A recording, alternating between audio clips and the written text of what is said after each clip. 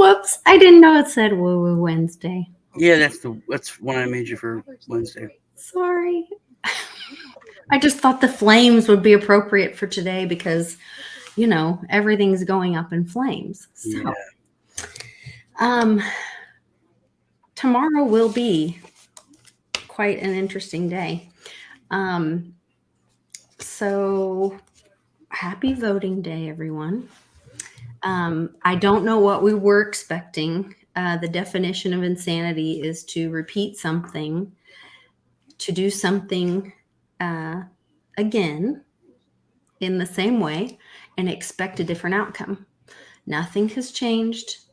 We're doing it again, and somehow we expected a different outcome. I guess the only different outcome is that we're seeing the truth a little bit earlier this time. That would be the only thing I think we're seeing a little bit earlier. I can screen share and kind of let everybody know what's up. Welcome to Sean and Lisa's watch party. Sean and Lisa's Election Day extravaganza. Yes. Yeah. Extravaganza. That's a kind word. I was going to tell you, so I was at school today and I got a notification that my power went out. And I was worried because my husband loves to work on projects and he doesn't turn the power off when he does it. So I was terrified. So I was like, oh my gosh, we're not supposed to be on our phone at school. But I was like, I just had to check and make sure he was safe. I was like, hey, are you okay? He's like, yeah, why? And I was like, the power just went out. He was like, well, they came and remember how we opted out of the smart meter? They came and put a digital meter on our house, and they showed the paperwork and they said, because you refuse the digital meter, we are no longer servicing these old analog meters, and you refused the smart meter. So we're cutting all these old analog meters off and putting a digital meter. Well, I don't know what the difference in a smart meter and a digital meter is. I think it's the same thing. And I think and I just felt like you can't have a smart meter without it being digital. Right. Yeah. I think it's just a big violation of my home. So then I'm like all mad and I'm like, tell them get out of there and they're trespassing and you should have called the city. And I'm like super mad. And of course he's just as mad, but he's trying not to take it out on the city worker because that dude's just doing his job, Mm-hmm. And so he's trying to talk to him about it. And the guy's like, well, they're just not like you won't have power. Like they'll turn your power off if you don't have this, whatever. And then he's like trying to calm me down. He's like, Lisa, even if we said, get out of here, we're not going to let you touch our house, then they'll just turn the power off to your house. They still have control. Yeah. That's the reality. So I mean, with an analog meter, they have to go to your house, but yeah. With the smart meter, they can do is like push a button now. I'm just so mad. I just feel so violated. Yeah. So, that's why I'm right about getting cellular, about getting solar and being off grid, having batteries at your house, because then you own everything. Because like they're allowed to come on your property, but like they think they have this authority, like eminent domain, the government, they can do what they want, even though they're just a private company. But if you're solar and you're off and you have batteries, because even if you have solar, you're still on the grid. They still have authority. but they wouldn't be allowed to come on your property anymore. But I know they would think they could. I may have to go. Isn't it? I'm just still like I'm not okay with it. So today's a day. I want to share a couple things with you guys. Yeah, Sean, you're right. So we're already seeing it. Public was sharing with us that the voting machines are down in New Jersey. They were early this morning seeing the problems with machines in Maricopa County. There are issues in Georgia, Arizona, New Jersey, Michigan, and Pennsylvania. The only thing that gives me a little hope is that there were announcements even days ago that the National Guard was going to be overseeing the voting in 14 states and monitoring the voting in 14 states. And so I don't know. I was thinking about this weird, crazy conspiracy thing. I don't know if you've noticed, but like the past week, CNN, MSNBC, all of the very traditional left-leaning news agencies have been basically admitting, there's going to be a red wave. The Democrat Party's out of touch.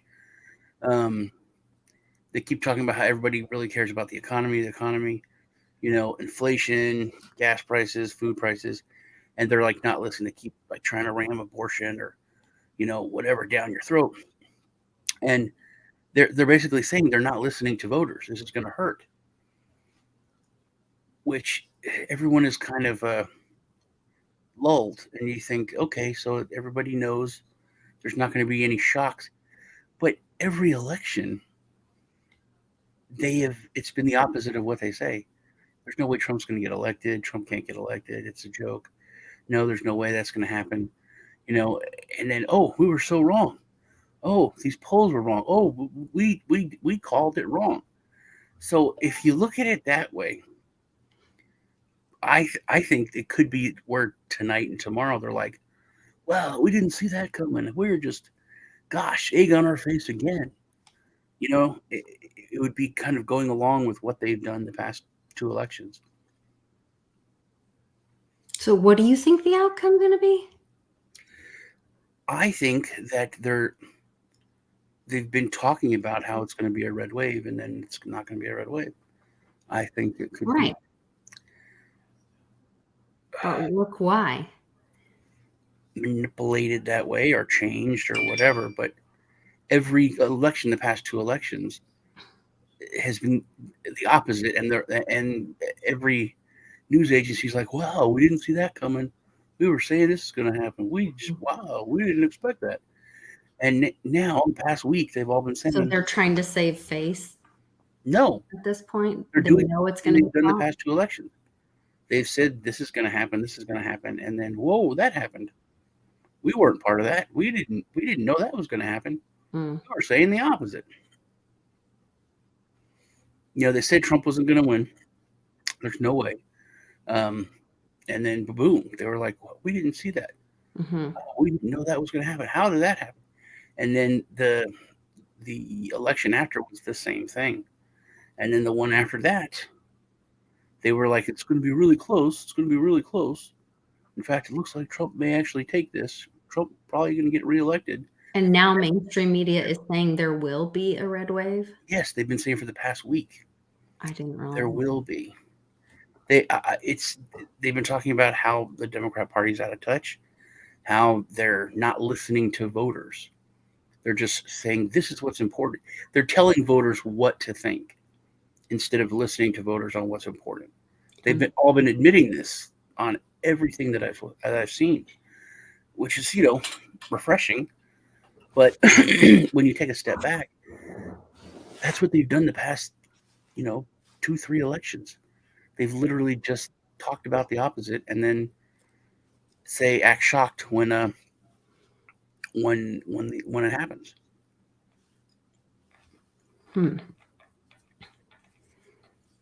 Very interesting.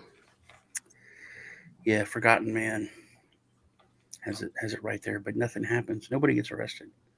Only regular people get arrested. Mm-hmm. No one else does. They hold press conferences. Right. It's like, oh, it's not off the table. Just apologize or just make statements, and then it just goes Or away. just talk about, yeah. Yeah. Once I've told you a million times. Mm-hmm. Once Cuomo admitted to grabbing the woman's boob, Yeah, and and they nothing didn't happened. arrest him. Yeah. I'm like, okay, that's it. That's Of course, he has gone away. You don't see him anymore. he really hasn't. They And have disappeared. Yeah. what's his name? His brother is still reporting. Oh, I don't think that's him, but yeah. Yeah, he was. He did it. It was a big thing. It was funny. This was part of this was one of the first things I saw. It was like 2 weeks ago. It was after Oz and the other guy had their debate. They had a bunch of middle of the road, undecided people, and the conversation did not go the way they thought. And he was the one that was the reporter. He was the one that was doing the story and interviewing them. And one guy was like, "I was Fetterman, about 80%, and now I'm not. I'm done. I'm going to go with Oz." And he was like, "Well, don't you think that maybe?" And I was like, "No." So, but I was surprised that he's still reporting and has a job. I don't know if he's with CNN or whether he just went to CNBC or something else, but he was doing the reporting. I don't think it's him, but How interesting. can you say that? You don't think it's him? No, it's not. Who is it? Central casting. Do you not watch Trump speak and he talks about central casting? It's Cuomo. It has his name on the bottom of the thing. I am Cuomo. Please excuse me while I shoot up some steroids in between on a commercial break. It's him. No. I don't agree. Well, this is everyone's scared. I'm not scared. I'm not scared. I'm curious. So if this is happening and the truth is coming out and people are seeing that, hey, the machines are down this time and things are happening this time and it's obvious this time, then That's it. That's you just hit the nail on the head there. The what last time it was obvious to us. I right. remember watching it like 10 o'clock at night, and they stopped the count and made everyone Right. leave. And I was like, well, that's wrong. But I think people are watching now. Regular people. More people are paying attention and it's happening in the middle of the day and all of these things. So that's what I think is different this time. And I think people thought somebody else would fix it last time. And I thought people thought that, oh no, that would never happen in America. Or, well, if that happened, there would be a recount or there's systems in place. No, they trusted someone else to fix it or to do something about it. And that's where, like, in Brazil, the people went to their military and said, that was not the outcome that we chose. Mm-hmm. And so will the people do something this time if it is not the outcome that they choose, or if they believe there's an issue? And what will the people do? And do the people know where to go? What will the people do? Do the people have to do something, or will someone else or something else step in to do something? I try to look at things now through the eyes of history. Like we were talking the other day, and Yeah. I was talking about how historians are going to really make fun of us. What was I talking about? It was something. Oh, the Simpsons. That thing, the Simpsons. How they 2013, they had the exact day that the Queen was going to pass away in 2013. I said, what are the odds of that? If a statistician would sit down and look at The Simpsons, just that one episode, what are the odds of them making uh, uh, an episode about England, about them running into the Queen's carriage and knocking it over, and then having just a tag with the exact date that she passed away, almost a decade later? What are the odds of that? And they're impossible. But then if you look at that and then work the numbers to all of the other things that have been predicted, it's literally impossible. That the numbers don't add up. Scientifically, that can't happen. The only thing is that there has to be some kind of design, and that they're in on what the design is, that they know how things are going to unfold, or that God is a writer for The Simpsons. I mean, literally, those are like the only two choices when it comes to like scientifically. So, and I was talking with you and public about how I could see like 20, 50 years from now, historians will be like, obviously these people were stupid. Look at all of these things that obviously, to us as intelligent people, we can see that, they were given tons of hints, and everything was just placed right in plain sight, and people just decided not to listen and not to look and buried their heads in the sand. So my point, what I wanted to make is I think that we're not a country anymore. We're not the United States. The United is gone. It's dead. There is no more we the people. There's different groups of people. We're a fractured society. I thought I turned that off. And I called those people earlier and they didn't answer. Okay. So I think the bulk of people are not going to do anything. They're going to just accept it out of either fear or apathy. But they are being shown, everyone is being shown this.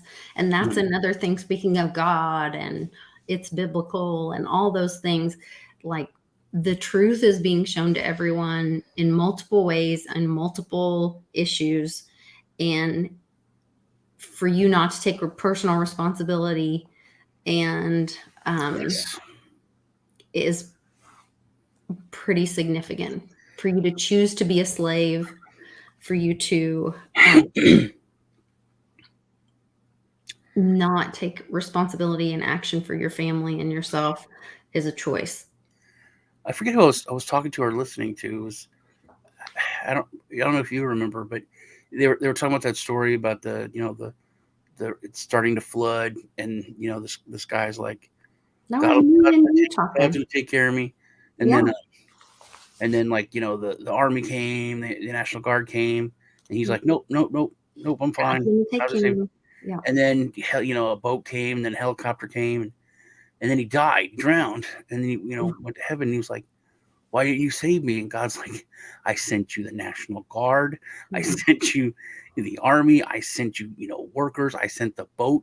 I sent you a helicopter. Yeah. So I think it's like it's a choice. I think that we're given, and we're definitely starting to see where we're given so much. It's just blatant, So to not believe it, it's a choice. It is, but you're showing like Charlie Kirk. Look at that, 30,000. It keeps growing, But I've seen these tweets before. I've seen them before in the last few elections. Saw it in 2000. in 2020. Mhm. You know, it was it's like people need to be arrested. This is wrong. This is illegal. Look at that. And now it's the same thing. They're just tweets. You know, Epstein didn't kill himself. When you really break that down, that meme, everyone that posts it, it's like one of the most sad and powerful things in history. Mhm. Literally, everyone that posts that says, I know what the truth is. I know that we're Right. not in control. I know there's a shadow government. I know that this guy was you know a pedophile and ran this, and and that people walked into a you know maximum security jail in the heart of the biggest city in the biggest most powerful country and just killed a guy or took him out, whatever. But I know that. I accept that. Here is a joke, and here is me saying that. That's that's a huge thing, and it's just that's all that people do now. They tweet, they complain. We've become a nation of complainers. Now there is people. When I was talking about there's no more we the people, there's different people. There are people that will take action. There are people that are patriots. There are people that are going to stand up and are happy to. They're happy to die for their family, just for their country. Forget your family. You don't have kids. They're willing to die for the ideals of what the country was founded for. Um, and I've been saying this for a long time. I don't think anything is going to be fixed. I haven't thought things are going to be fixed for years because we've let it get so bad. Or it's like it's not really fixable. You know. I will tell you, there's a couple of reasons why I think it is going to be fixed. One is that there is a vote, there is a law on the floor being passed to federally defund public schools. No. That's already Government passed. schools. I was about to bring that up to you. Yeah, Did you see it? December 31st. Yes. The Department of Education's closed. Yeah. Here, Hot Rod, Ruben sent this to me. Ending schools December 31st, 2021 or 2022. 22, yeah. They are defunding government schools. Pretty exciting stuff. So at first people were like, oh my gosh, look at these schools. So when I looked into this more, it's that this is more along the mindset of, okay, we're ending federalized stuff. So this is more about like making small government, because then the schools will be more, the funding will come from the state or the county or whatever. So basically, you're not paying my bills. Don't tell me how to live. yes. Yeah. So the big federal funding will stop, which is how it should be. But once again, we've let that get so bad. Hey, did you guys miss this one? Here, let's see. So it seems we missed this one. HR 899 to terminate the Department of Education. Now, this was a bill submitted on February 5th of 2021. And if we scroll down right here above my underline, it says this bill terminates the Department of Education on December 31st of 2022. So I've long said that since the 70s, when they federalized our education, we've been going downhill drastically. We're now 28th in the world in education, and it's only going to get worse. Everything they federalize, it literally turns to shit. It's not about wokeism. It's about federalism. So that was pretty exciting. Hey, did you guys miss it? Whoop, sorry about that. The other thing that I wanted to share with you, or maybe we should just talk about that first, and then I'll jump to the other thing. But that was pretty exciting. So the school thing. Then the other thing was, while I was at school, I got a little text from the Mint. And I got a holiday gift guide from the United States Mint. And you can buy silver, 1 ounce of silver for $65. Purple Heart proof of silver, $79 for the West Point one. Bronze is $20 to $160. $20 to $160. That's a big. That's a big. Which I don't know if that means like they're different sizes. Or maybe Yeah, click on it. On that and see. Select the product. If you, oh, so it depends on if you get a 3-inch or a 1-inch, 1.5 inch, or a 3-inch metal bronze. Seems like only the women one want different sizes. So if you need a $20 bill, you can get a bronze coin. Yeah, I think that's something that Ninja was talking about a lot. Like, we're not even talking about silver. We're not even talking about gold. It's like off the table now. We're starting to talk about copper. You know, like copper is the new silver. I think that and I'm scaring the crap out of people. I want to do a video. I was really busy. I wanted to do it Sunday. Here's the other strange thing. Okay, wait a minute. The Women of Wonder, American Women of Wonder coins, and this West Point, has West Point been a mint before? I think it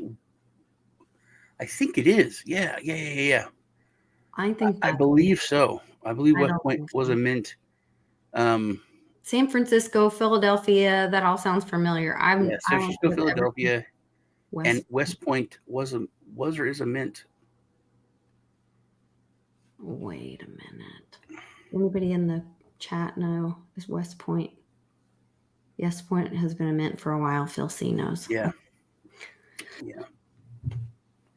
Because I know that, like, if you're into coins and stuff, that's what you want. West Point. Okay. Rare. Very cool. So that is a gold coin. But I thought that was strange that I'm getting Christmas, which I guess, Christmas can come early, but interesting that I'm getting that text to me today.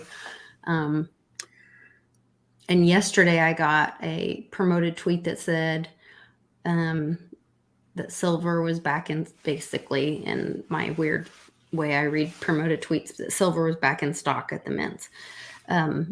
So I think there's so many things right now that are pointing to the end of times when it comes to the U.S.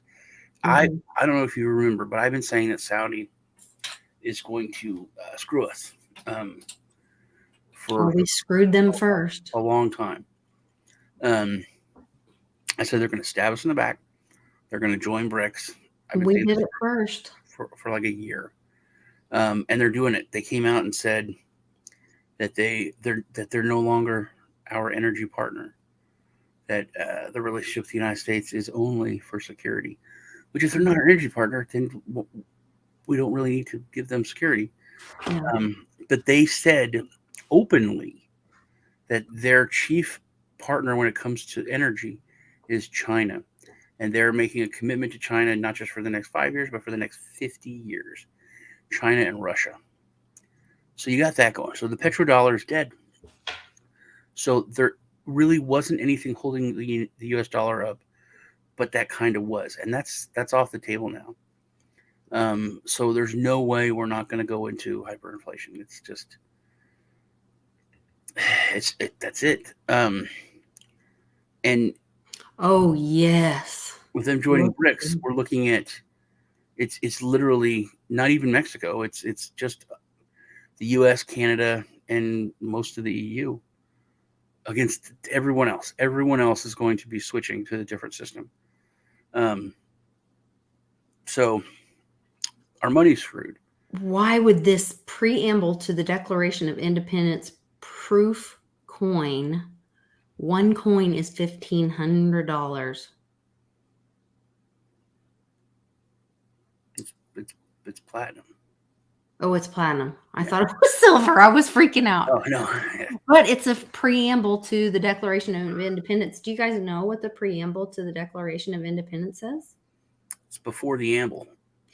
Yes, but do you know what it says? What does it say? I have forgotten what it says. It's the beginning part. But it says, okay. So hold on, we should pull it up. I'm gonna have to get my glasses. I don't have my little red ones in here though. Okay. So observe the design preamble Declaration of Independence, platinum proof. Coin features life personified by Lady Liberty, teaching a small child to sow seeds in a field. The sword she carries symbolizes power to defend life. Furrowed earth represents the forethought and labor required to sustain life. Tree and stream represents nature, suggesting the need to be good stewards of environment that sustains life.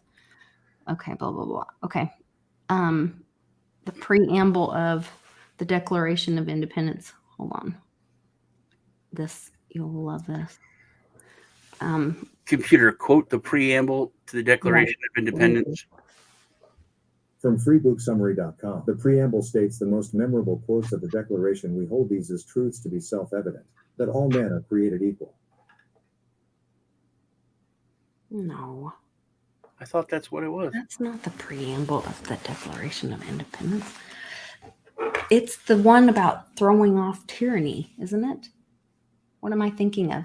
I'm thinking of the Constitution, preamble of the Constitution.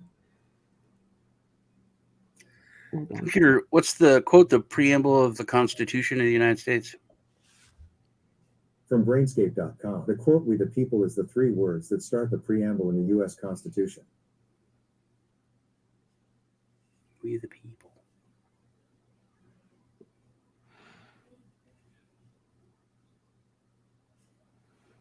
Preamble of the we hold these truths to be self-evident that we're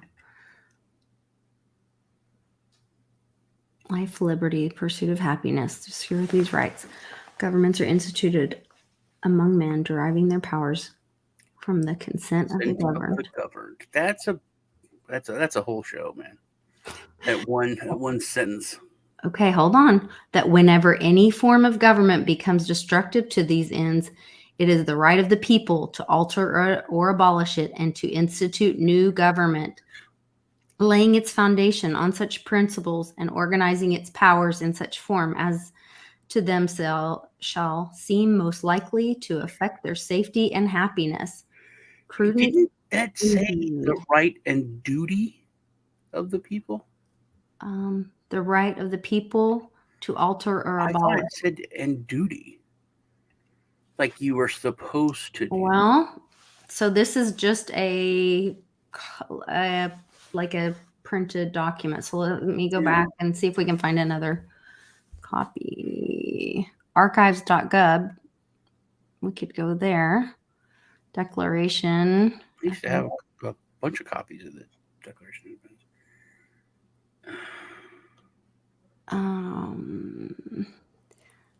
In Congress 17.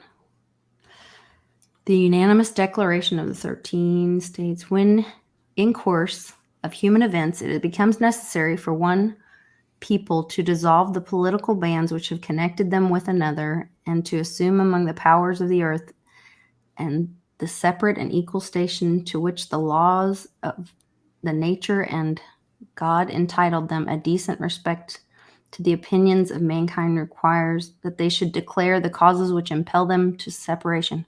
What the heck? Is that the preamble?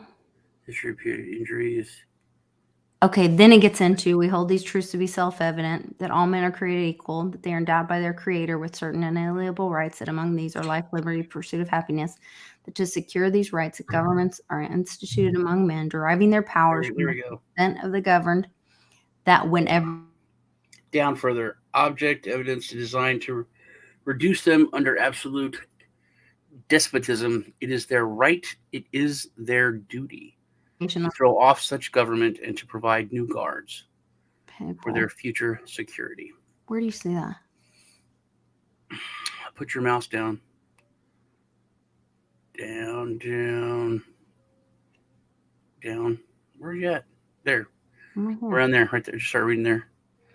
Under absolute yeah. Throw off such government and provide new guards for their future security. It is their right. It is their duty. There you go. It is their right. It is their duty. Okay.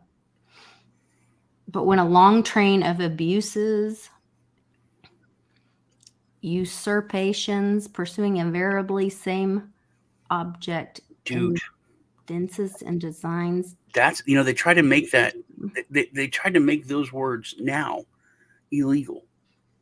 Usurpations, that would be like an unelected body making punishable laws, like the CDC, like the ATF. Oh, here's why. But Sean, look, the history of the present King of Great Britain is a history of repeated injuries and usurpations, having indirect object the establishment of an absolute tyranny over these states. To prove, let these facts be submitted to a candid world. That's why. Because it happened before. Do you know who was one of the only countries to recognize this as a legitimate declaration of us to be independent? Who was one of the only countries to recognize us as a country, which is the only way you can become a country? Who? Give you a hint. They invaded Ukraine. Russia. Yes, Catherine the Great was one of the first and only, definitely the biggest power to recognize the United States. And Russia didn't actively help the United States, but they did, because Great Britain, which was like their ally and their big power buddy, said, "Hey, you need to help us fight over in the United States, or in the colonies," and they said, "Nah." And they're like, "What?" Like, "No, we're not gonna go there." They're like, "Okay, well then you need to give us 10,000 troops, for us to go over there just to support us." And Russia said, "Nah, we're not going to do that either." They gave humanitarian aid, and they absolutely did not do anything that was asked by them, of the powers that be, to crush us. So everyone, that's like old conspiracy stuff, about like the monarchy, and how they really always wanted us at odds with Russia, because it was the only real world power to the actual British Empire. And if like the two of us ever actually teamed up, there's no way anything could stand against us. But yeah, pretty interesting stuff. So there are some people that actually do believe in this stuff, and that will stand up against evil. It's you can call it tyranny, you can call it whatever it is, but it's evil, man. Right.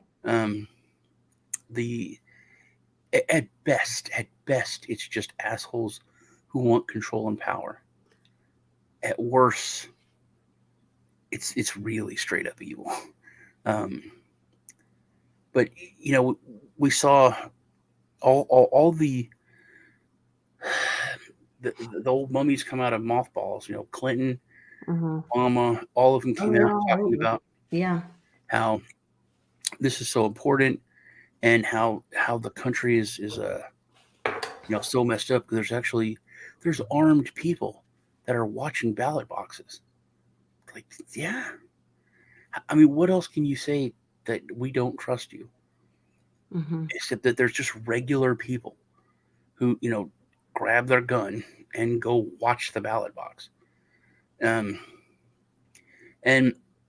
the visualization of that, you can twist it and you can say, But what's more important? I mean, that's like Cannon, we were late to school today and I told him, he's like, oh, Mom, we're going to be late to school, because the line and whatever. And I was like, this is more important.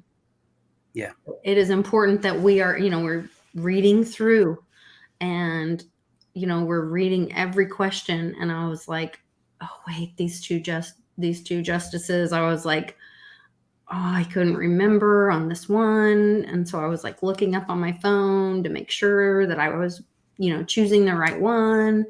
Because I knew to vote for Judge Kirby because he was one of the judges that I got to know through foster care and adoption stuff. And I knew his views and all that. But then on the other one, I wasn't sure. And so I was going back through doing my research and making sure I was making the right choice. And Cannon's like, getting nervous and wanting us to go. And I was like, no, but I was like, this is important. mm-hmm. This affects us. And when people don't, take the time to do our justice system, those decisions matter. Like to not do the research and think that, oh, I'm just going to vote straight party and the judge stuff doesn't really matter. No, that matters. That's where then when you have a disagreement about something and you want justice or you want decisions made,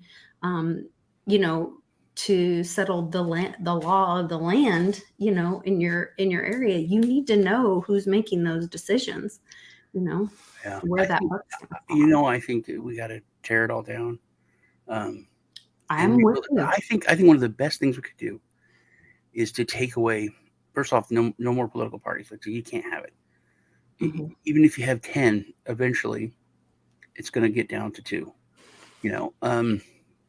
but I think that there should be a cap on how much you can spend in, county race, state, federal. So it's all the same. And then it's without party, because then without parties, you could say, hey, this guy's a billionaire, so he's going to crush this dude who is a better candidate, really cares, but they don't have money, because then it becomes about the money. Right. So just like, like Social Security or a government job, it's capped, and then you can raise it for inflation, or you can, okay, well, it was, $10 million, for a state race last year. Now it's $10,500,000. It goes up a little bit every year. Oh, a 2% raise or something like that. That's how it should be.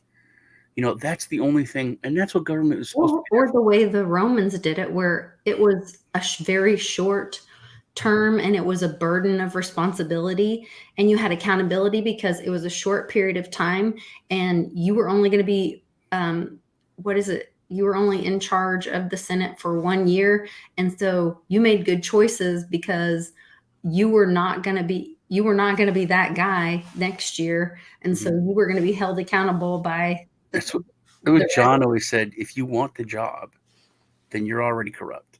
Yeah. You're not the guy. Yeah. He said it should be people that really don't want, the responsibility. Yeah. They just want to, and they live should their life, take care of their family. Lifers. You kind of force them into it. Yeah. And it's like jury duty. You get called up to, but then, you get the you have to be honest. You have to be pragmatic and say some people are absolute morons. And if you put them in charge of running your county or your state or your federal government, that's terrible. So the jury selection thing doesn't really work. But as far as who runs, that could be a jury thing, make it like a like the NBA or something, March Madness. We got 100 that we've picked, 2 from each state. And, we vote so many times and then finally get down to the final 2. Just a series of debates, questions on everybody. And, ask some people and they're like, I don't know. Okay, well, you're out. Mm-hmm. And like The Bachelor, you get a rose or something until you get down to the last 2 people. Then that's the thing when it's down to the 2 people. So originally it was the people that were running. It would be whoever the guy that won, and then it would be the guy who came in second, who was his opposing Yeah, that you were talking about. Yeah. would be his vice Vice president. president. Yeah, the last two. And And then one so president was the vice president. people would win because the majority of the people would be represented, because the two top groups would have representation.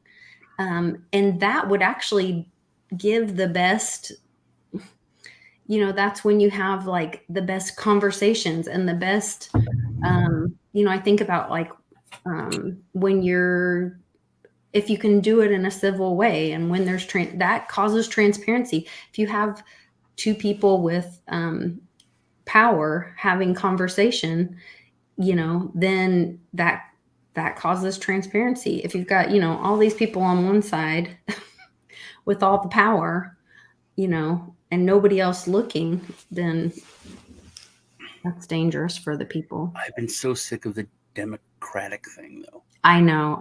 Since you brought it up to me, I keep hearing it. I wonder if it is if it is on purpose, though. If it is a word salad thing. Go back. Just go watch stuff from 2015 and before. You don't hear it. You don't hear it. It's not. I growing up, I never heard it. And literally, like right before Trump ran, it's when it all started. And then it got really, really heavy. And now, it's all they say. Because if one person is a Democratic senator, that's just subliminal. He's Democratic. His opponent is obviously not Democratic. It's not. That's not real. They're both part of the democratic process. But oh well. Do you have any numbers coming in from numbers? From where? From the East Coast. East Coast numbers. Where would I even start to look for them? Go to Google. Type in election results. Okay, hold on. Google's the place to go. I'm sure they are being fair and balanced and honest. New tab. 34 Democrat, 29 GOP. Okay. And then two others. 34 and 29. Yeah, there you go. And you can pick the state down there in the little drop box. No results yet. No election.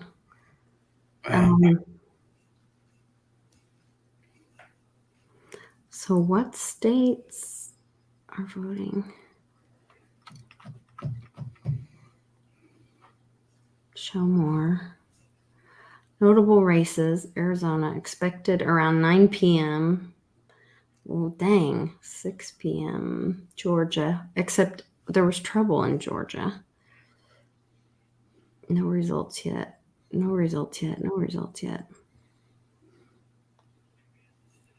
So where was their results? There's no results anywhere yet. No, but the polling is, I think, closing, in like an hour or two over there? So there's... In Maryland? Or where? They close in like an hour? Did they close it at... It says at 6. At 6? In Georgia at 6. That's racist. Yeah, the earliest one's at 6. It looks like. So you got at least 9 minutes. More than an hour. No. At 6 our time. Okay. Central. So 7. 7 their time. 7 their time. So it will be quite a while. Yeah. I wonder if Beto's going to win here in Texas. Surely not.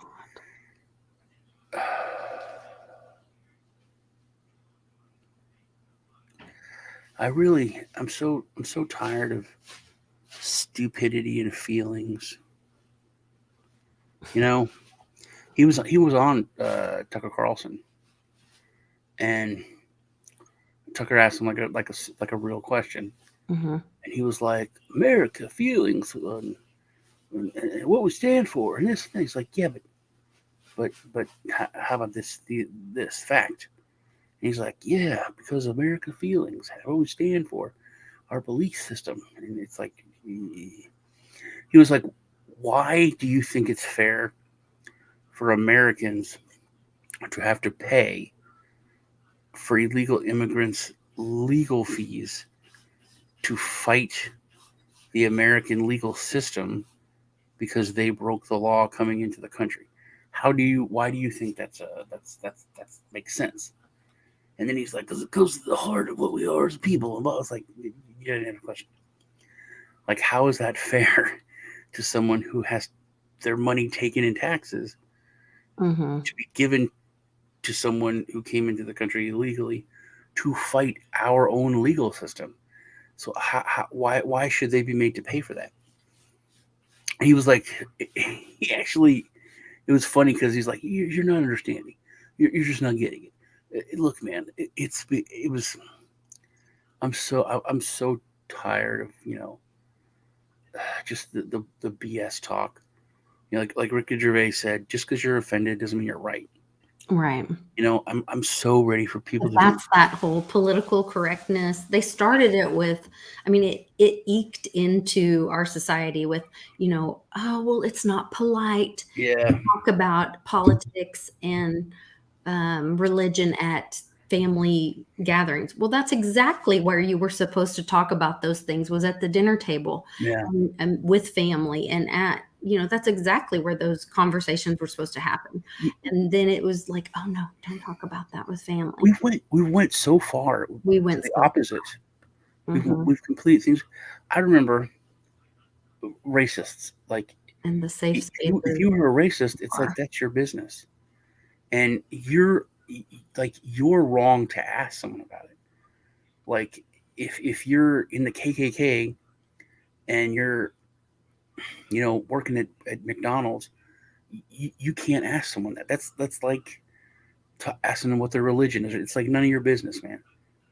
It's I'm here to work. If I don't do my job, or if I do something work related wrong, then you fire me.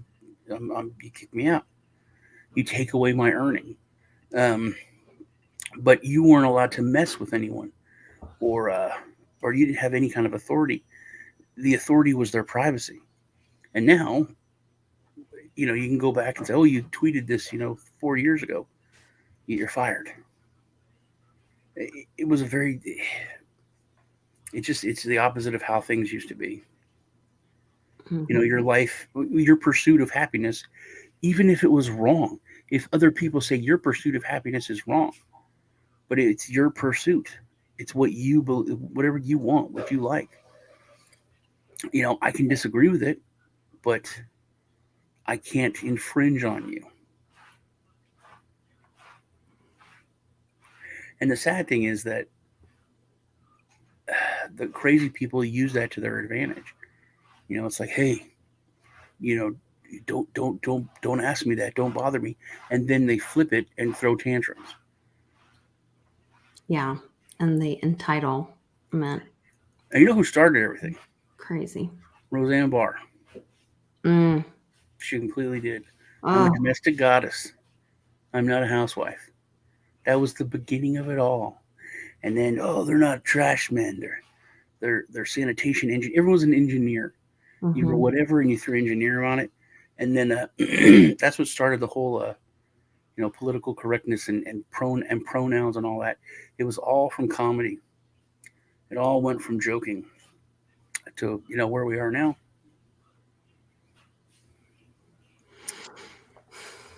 Also, the crypto's crashing. I don't know if you noticed that. Crypto's crashing. Really Coinbase is bad. down. Everything's down like 15-20% bad. It's real bad. Yeah. Are you up on the whole CZ buying FTX and what in the world's going on with that? I was on a Twitter space today, and when we set it up and we did the times, it was last week, so it was before daylight saving time, so it was all messed up, and I had to do it like from my bed on my phone because I didn't even get to my computer. But they were talking about it. I know he's getting it for a song because I think they're technically insolvent. But that's about all I know about it. Mm-hmm.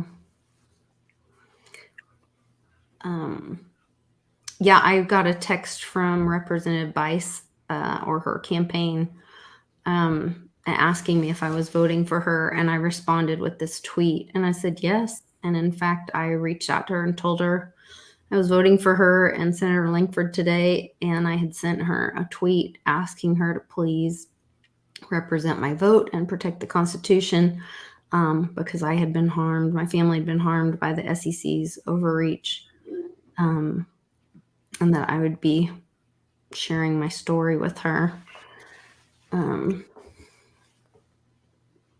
hoping for some legislation from our people that should be legislating, not these jokesters. So the library thing was pretty awful. So now every little boy with baseball cards should be terrified thinking he's coming for them. Yeah, that is true. Pokemon cards. Mm-hmm. All your kids' Pokemon cards are now a security. Now, you know that gun that I bought with it's like, the 16-inch barrel? Yes. So that was out. It just came out, and it was kind of expensive. It wasn't that expensive, but like that brand, usually very cheap, so it was kind of expensive. But I think they're like getting rid of them all. I saw today on Gunbroker, they're like a third, like 70% less than what I paid for it. So they're clearing them out, and they're very niche. I was looking at it with Ted. They're selling for like 150 some bucks. So I told Ted, I was like, we could buy 10 of these for like $1,500.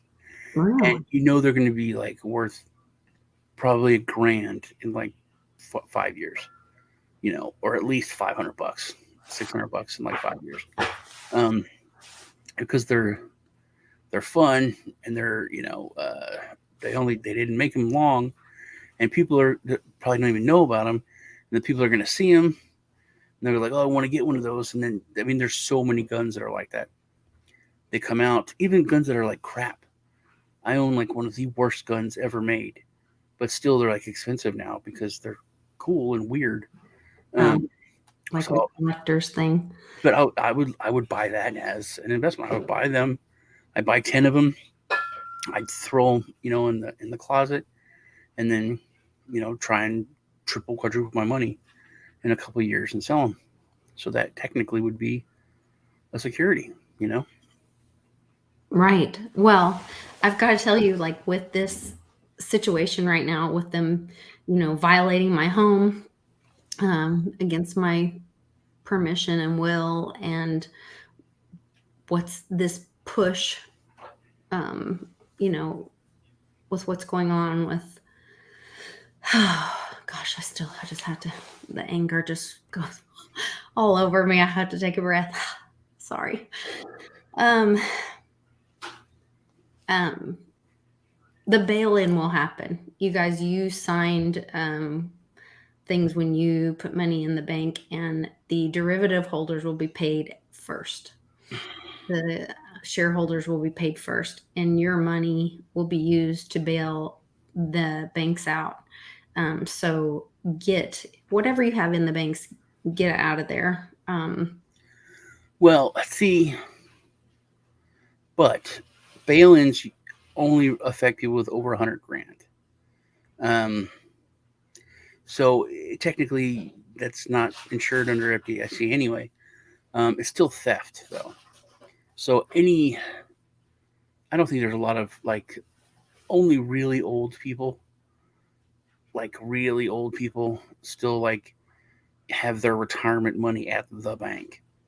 You know, if you're not more diversified, you're just asking for it after 2008. Come on. So if you're, if you have $150,000, $200,000 and it's all in the bank, that's going to go. You're going to lose that on the bail-in. But that's also a way that's a way that they'll get away with it because, 80%, 90% of people don't care about those rich bastards. FDIC does not protect you at a bail-in. It's my understanding. What, FDIC? Yeah. Yeah, but my point is that it's over what you're insured for anyway. So it doesn't matter if you have, it's only for people that are over $100,000, which people don't care about them. They're perversely happy because they think it's just corporations, but it's not. It's regular folks who are that's so, where people are going to be surprised. They're so scared and they're so conservative that they literally just keep their money in the bank. There's going to be a lot of people that get hurt that way. Yeah. But it's the lesson people have to learn, I guess. Again, I mean, how many times have we've kicked the central banks out of the United States 4 times? We keep learning the lesson. The only thing we learn from history is that we do not learn from history. So, if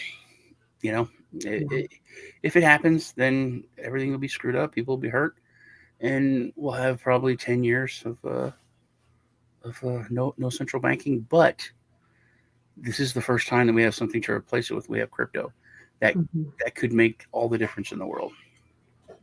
It's just going to be a painful. I mean, when I think about it, like we were at the polls this morning, and there is a learning curve. And as much as like for us, and been in it for a while and understand the concept of it, and most people understand like a Cash App or a Venmo or whatever. There are people that just have stuck their head in the sand, don't want to use it, refuse, whatever, and that don't understand the difference between a centralized digital currency versus something decentralized that you can hold in your own possession, similar to gold or silver. And there is going to be a learning curve, and people are going to get hurt and scammed in that as well.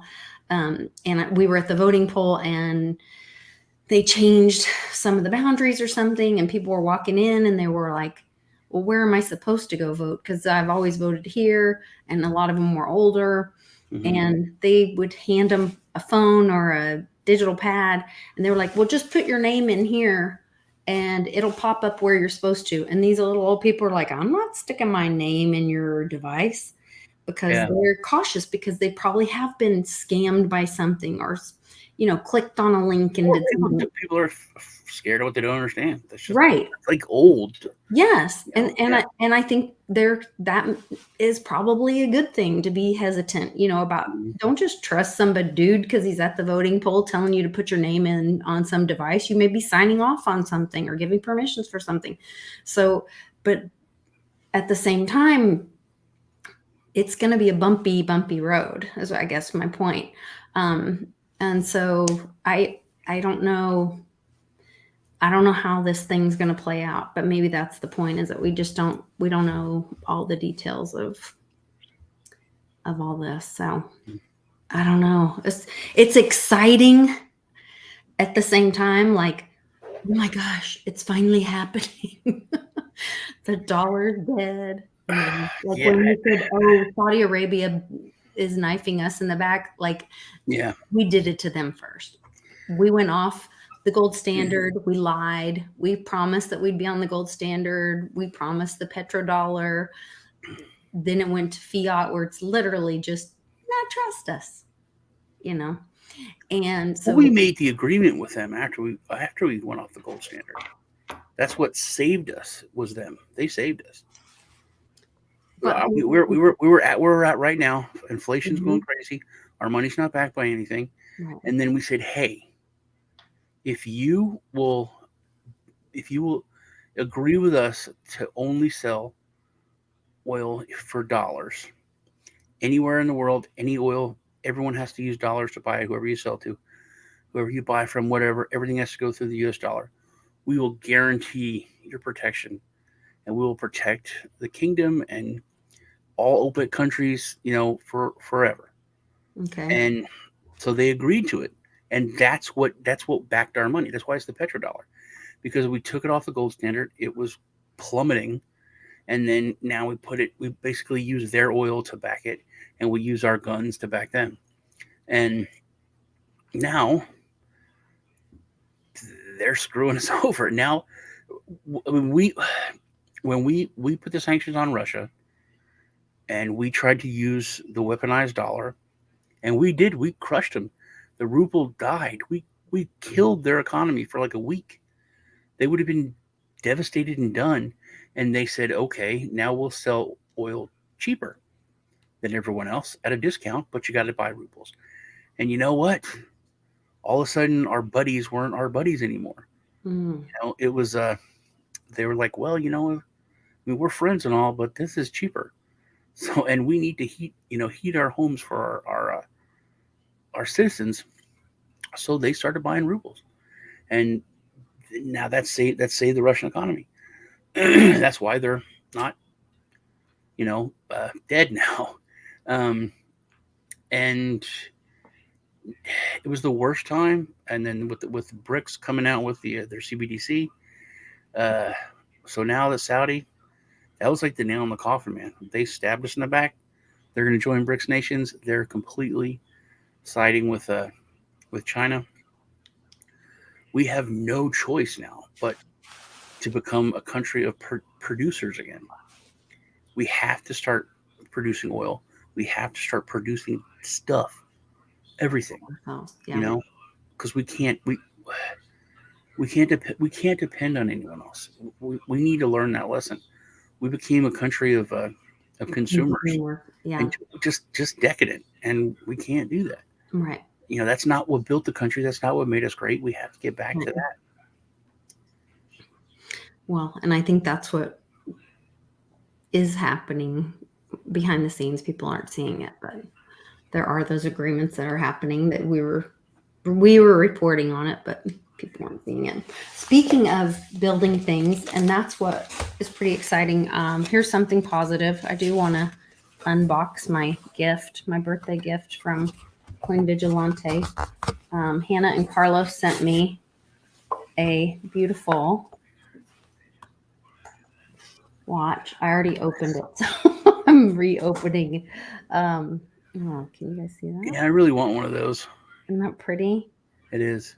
I have a Litecoin watch, and then I bought Uncle Cliff one for Christmas. So I got this one's a Bitcoin because I love rose gold, and now they made the women's watches. So I got a rose gold Bitcoin with a mother of pearl face. So now I have a Bitcoin watch and a Litecoin watch. I think it's so pretty. It's very nice. Isn't that beautiful? It is. I want to get a Litecoin and a Bitcoin one. Yeah. I wanted to give them for Christmas, but hey, John. Hey, everyone in the chat. It's good to see everybody here. Let's see. Oh, Daddy-O got one, but he had a silver band. It says we have 3 people watching, but 13 likes. Okay. Pretty sneaky, YouTube. Pretty sneaky. You know who too? That's the other thing I am excited about in the future. Once we get past this time of deceit and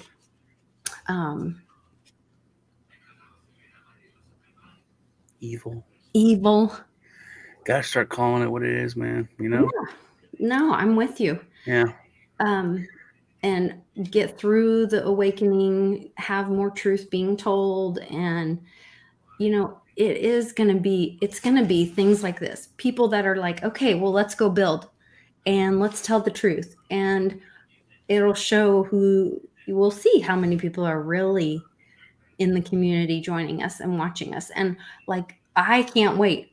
We're already. I have something exciting to talk to you about. We're planning a meetup in Austin. There's another meetup that we're planning on one on each coast for next year. So there's stuff happening that is going to be really positive for the community, for the future. Like I'm not done yet, and I know that the community's not either. And so that's the kind of stuff that I'm looking forward to. And Cannon got really excited when he saw the schools being redone, and he was like, "Oh, so does that mean like I can go back to my old school?" And I was like, "Well, do you want to go back to your old school?" And he was like, "Well, wait a minute, let me think about it." He goes, "Do I have to go there all day?" And I said, "Yeah, and every day of the week." And he's like, "Oh, well, I don't know." I was like, "Let me think about that." He's like, "I kind of like homeschool." So There's the best thing I think about public schools was the interaction, was the yeah, socialization, but also the civic pride that died a long time ago here. Every kid, since my kids, they hate the town. They're oh, like, "Oh, it's the worst town. It's the worst town ever." proud, Like, dude, there's mess yeah, everywhere.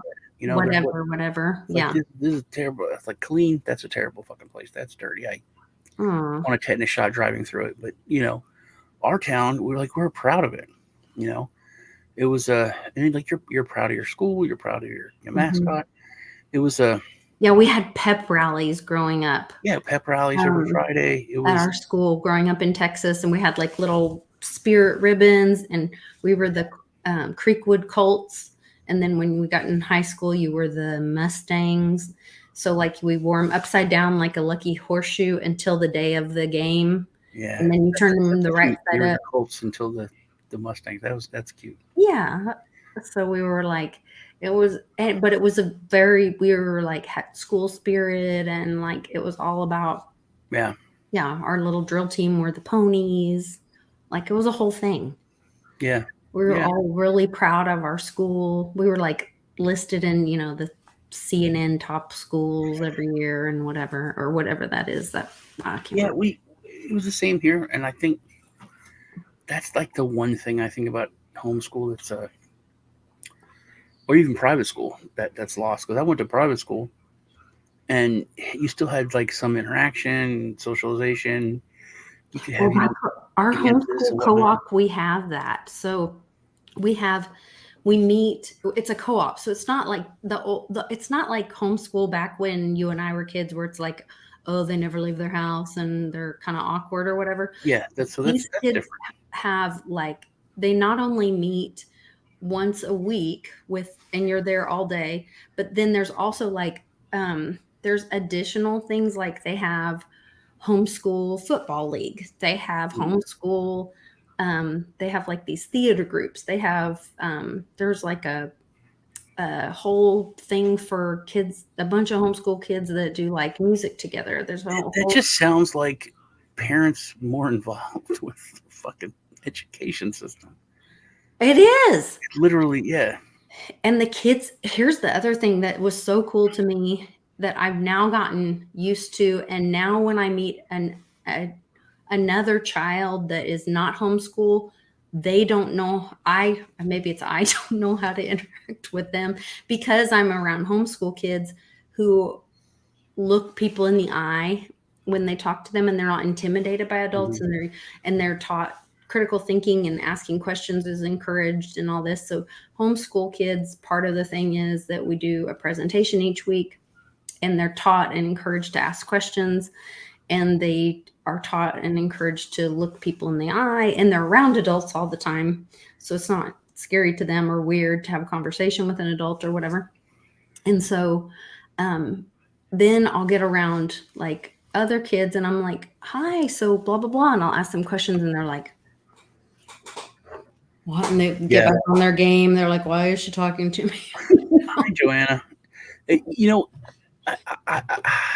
I didn't live this, but I know, like, if you, when I was a little kid, and stories or movies and just the way of thinking of older people, the PTA was like a force. Parents were so involved. That was like, and now, I guess in hindsight, I can see it's kind of like a co-op.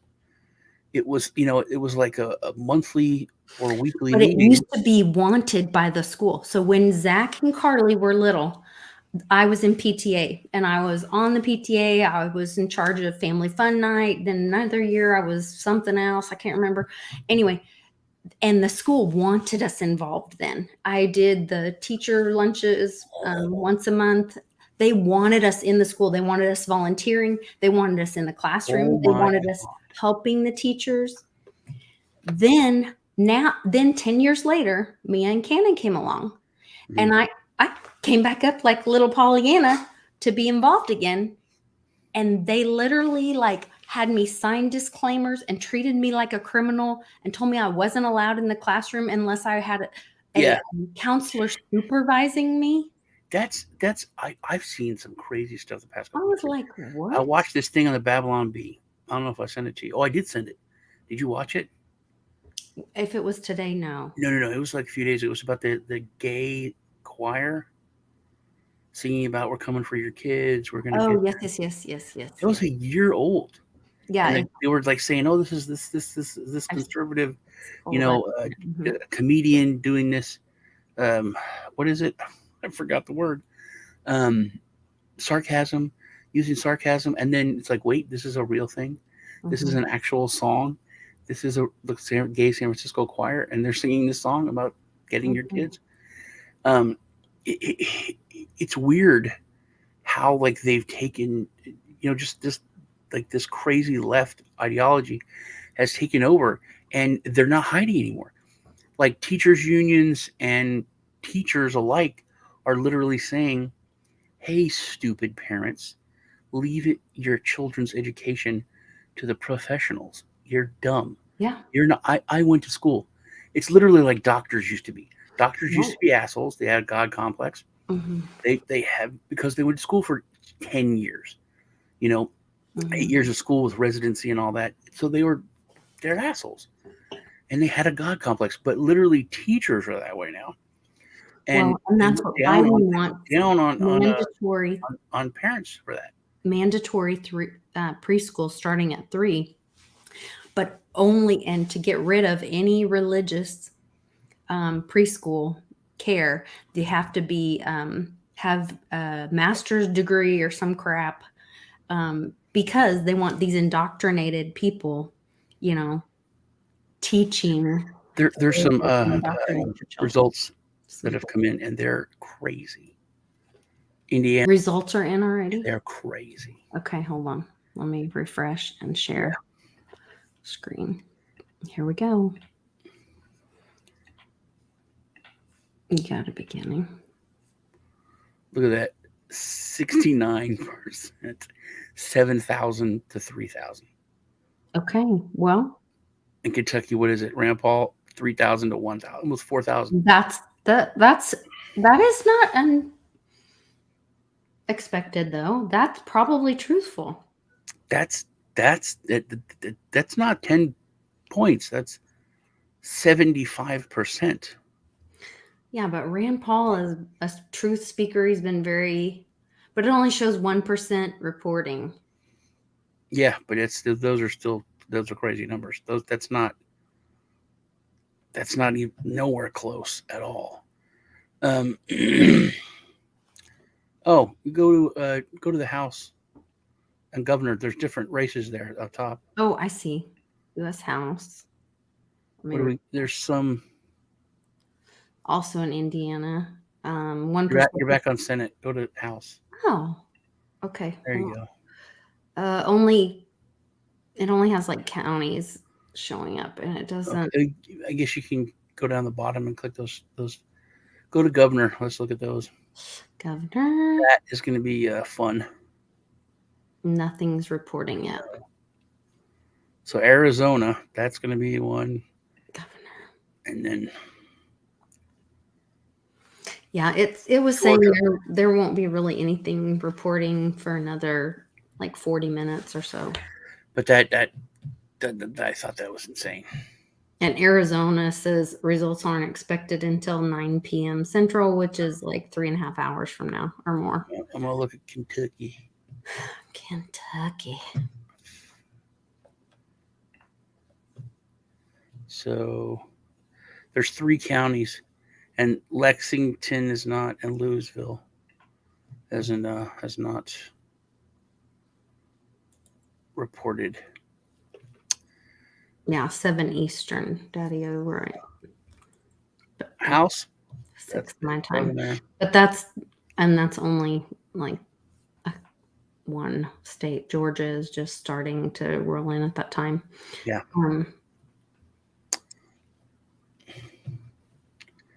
Rand Paul and Charlie Booker. Jeez. That's only 1% reporting is what they're saying. Yeah, it's almost 80% to 20%. That's man. Rand Paul is he's a straight shooter. Yeah. But they've only counted 1% of the votes. Well, they're starting to roll in. So we'll see. It'll be an interesting evening. We should check back like later. Yeah, I wonder how Public's doing there in Jersey. He said they were having some problems. Yeah, I showed the on Twitter the couple reports that I guess it's just one county that has the machines were down, so they were using paper ballots. So that may turn out to be a positive thing, actually. Yeah, I think they have to let people watch. That was the biggest thing, is that they wouldn't let people watch, and they were making the watchers leave. I mean, once again, this year again? No, before that was like the biggest thing. Wow. Looking through the eyes of history, how can you not call someone that you're an idiot if you think that's like okay in any way? There's nothing you can say that, oh, well, that's, okay for what, you're 100% indoctrinated if you think there's any excuse for that. I think there should be like ultra liberal Democrat crazy people that should be allowed to watch, the count when it comes to conservatives. Yeah. You should be conservatives allowed to watch the crazy liberal. Well, that was my point about having, or that was what we were discussing earlier about even getting rid of the parties and just having, the individuals, and that way the people win, because then the most people are represented if, the top. And that, I think, has been a big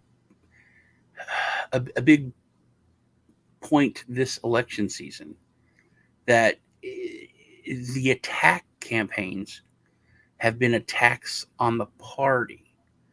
They've been like, this guy doesn't even matter. I'm not going to talk crap about this guy because he just votes for whatever he's told to vote for his party, even if it's bad for our constituents. Which I've said that a million times. If you vote for something that is the worst, it's just evil. It kills babies. It's horrible. It kills puppies. But it's good for your constituents. It's good for where you come from. Then I can respect that. I can understand that. But there are people who vote for stuff that hurts. Like if you're from Pennsylvania and you represent coal miners, you better not ever vote for anything that has any negative impact when it comes to coal. Right. If it's going to destroy the earth, if it doesn't matter, because you're supposed to represent those people that voted for you, and they don't. They vote against their own constituents. That's why the party system, it's the worst thing. It's the worst thing, because there is no more individual. It doesn't matter, who someone's wife is, or what my kids look like, or what religion I am. Nothing matters. They all vote as they're told to vote. The real power is from a party that's not elected. It's not by the people. It's just owned. It's this big scary entity that's not even a corporation. It doesn't even produce or sell anything. Um, it's the worst thing, and that's why our founding fathers warned us against it. But we, of course, don't listen. No, we don't listen, and we don't read the preamble. No, well, they don't want us to read that.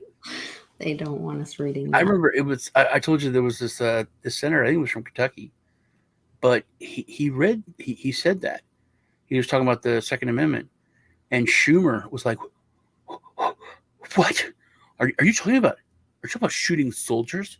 Are you talking about violence against your own military?" And the guy's like, "Yeah, I'm that's what it says, man." He goes, "You're trying to make it illegal because they were trying to make it against the law for you to say certain things." And he said, if this bill passes, you're literally going to make parts of the Constitution illegal to quote. And then he said it, and the dude's so out of touch, man. He was like, what? Are you saying that you would use weapons against your own people? And like, that's what it says. That's what we're supposed to do. That's why it's there. That's why we have weapons of war. It's to go to war. You know, it's not so we can defend ourselves. It's not for hunting. It literally says it's to throw off the right, to throw off a tyrannical government. And what I think it really should be is to keep it in check. They should be scared of that. You know, a lot of times people don't break the law just because there's a law. They're scared of the consequence of the law. Right. That's why people speed. If you got shot, if you were speeding, people wouldn't speed. But if you got somewhere to get, you're going to roll the dice and risk a ticket. Trump was saying that he talked to President Xi and that they don't have a drug problem because they have a quick trial. Mm-hmm. Quick trial. And that if he gets, that he's advocating for that for drug dealers and people that, traffic here, which I can't wait for that to happen. I think I'm all for quick trial. I think there should be ends for anyone in politics that there's corruption. I think that's what's scary. They don't even go to jail, but I think if you made it so that they were executions, even on like a county level, I mean, it's like, like make it a tribunal, like the stigma of like pedophilia, but make it corruption. It's like, oh, corruption. That's the worst thing. Make it public. I mean, if we're a public servant, you're betraying the trust of people that gave you the power that you have. So there should be like massive, penalties for that. There should be massive consequences. I think the same should be for cops though, because cops are literally professionals. They should know the law better. If they break it, I think they should be. I think you should get in more trouble. Like if I punch someone in the face, I should get in trouble. But if a cop punches someone in the face, I think they should get in more trouble. Or theft. If I steal from work, I should get in trouble. If a cop steals from work, I think they should get in more trouble. Interesting. Same with lawyers. They know the law better.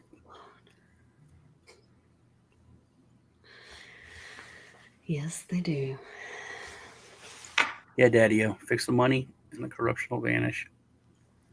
It's part of it. That's definitely part of it. And also just... Could we have a system without money? Could we have a society without money? Yeah. I mean, I love sci-fi. And literally... And I was thinking about that. Every person who likes science fiction is a globalist. I'm a globalist. Really? Oh, absolutely. 100%. I'm a total globalist. You can't be a good person and not be a globalist. You can't be a love humanity and not be a globalist. But globalist without power. Not control. And that would fix things. If watch Independence Day. all of a sudden it doesn't matter if we have a wall with Mexico or what. They're aliens from a different world trying to kill us all. Where it's us versus them, but it's all of us versus them. So when it comes to that, we're all globalists. We're earthers. We're earthlings, Mhm. and that. I've tried to when I talk about looking at things through the eyes of history, I also try to look through things through the eyes of like aliens. If you can explain cigarettes to an alien, they wouldn't get, or a lot of the chemicals and drugs and things that it makes no sense. Mhm. So the idea of we don't like them because they're from that part of the world, Right. or That has been used against us to like that turn Star Trek them. episode where the one guy was half black and half white, and he hated the other guy, and everybody's like, "What?" He goes, "Oh no, he's terrible. He's black on his left side and white on his right side. I am black on my right side and white on my left side. That guy's terrible." That's the way of thinking that we all live now. Yeah. So I think, Well, that's what this whole Russia thing. I mean, I won't even say that.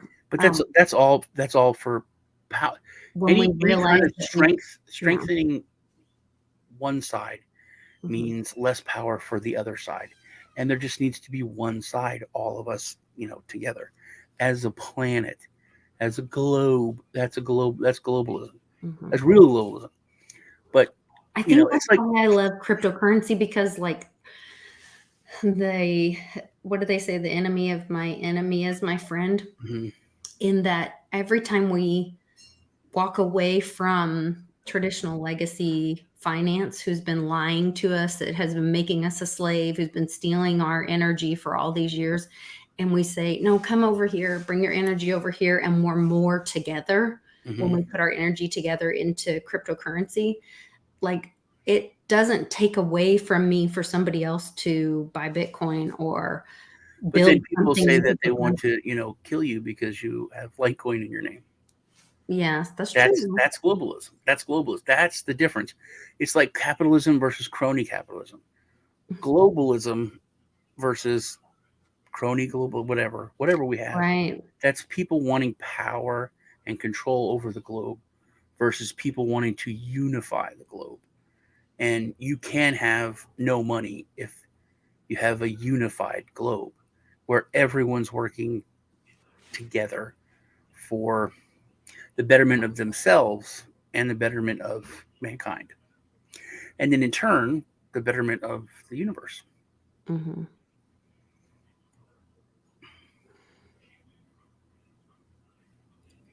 Yeah, I just don't. Tribbles don't purr, they burr. I have some tribbles somewhere. I don't know what that is. Huh? I don't know what a tribble is. Really? Mm-mm. Oh. There are a lot of trouble with tribbles. Mm. It's a little ball of fur that reproduce very fast. But Mexico will pay us back in another way at a later time. When oil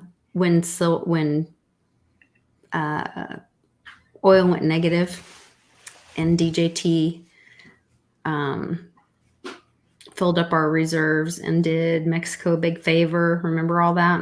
Mm-hmm. And he said, don't worry. Mexico will pay us back in another way at a later time. And yes, Mexico has a lot of silver. Yeah. And what were we seeing with the mint and all of those things? I think that that's what's going to happen with all that. I think Mexico also has a wall. They have a very big wall. Mm. It's on their southern border, but they have a very big wall. Oh, interesting. That they patrol. Yeah. I didn't know that. Oh yeah, it's huge.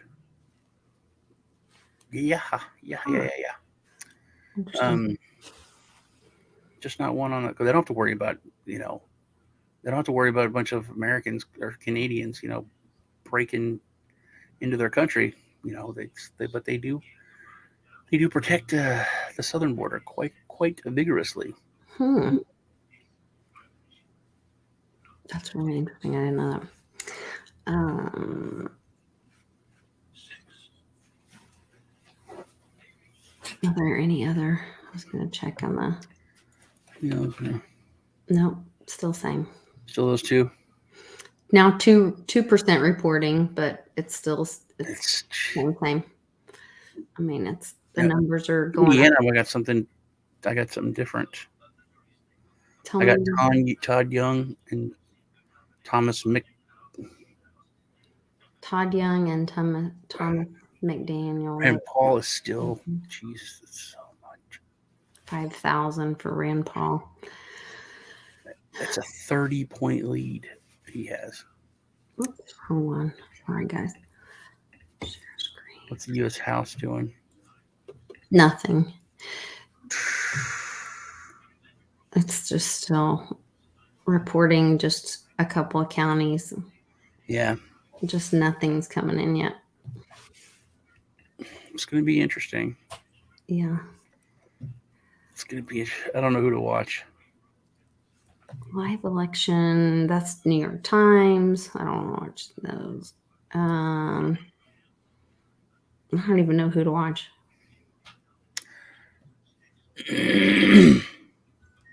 Oklahoma. Election results. Oklahoma.gov. Yeah, I am for Am said Mexico's illegal immigration policies are more strict than ours. A lot more.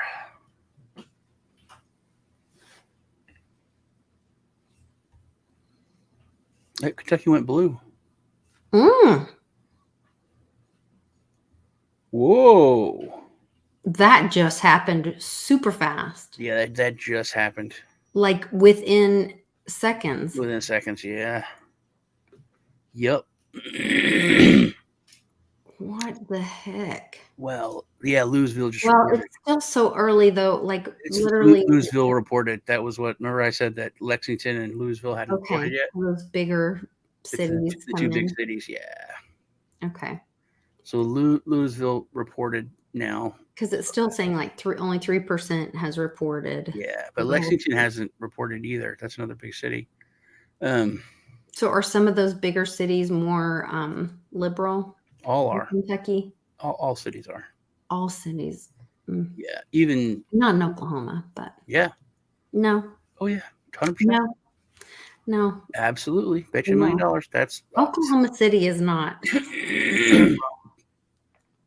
Trust me.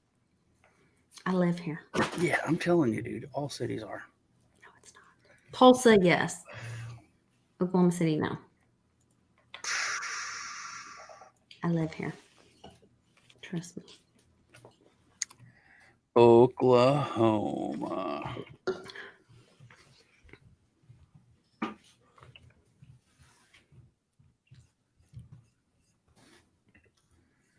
You're going to argue with me. Is Oklahoma City. You love to fight with me. Oh.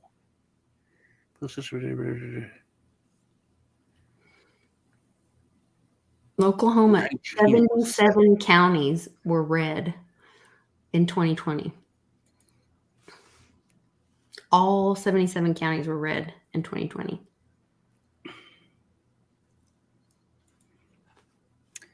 Here we go.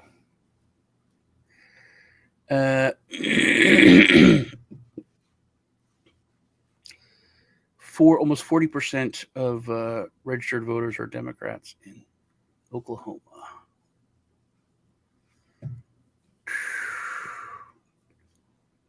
Wow. You got 687,000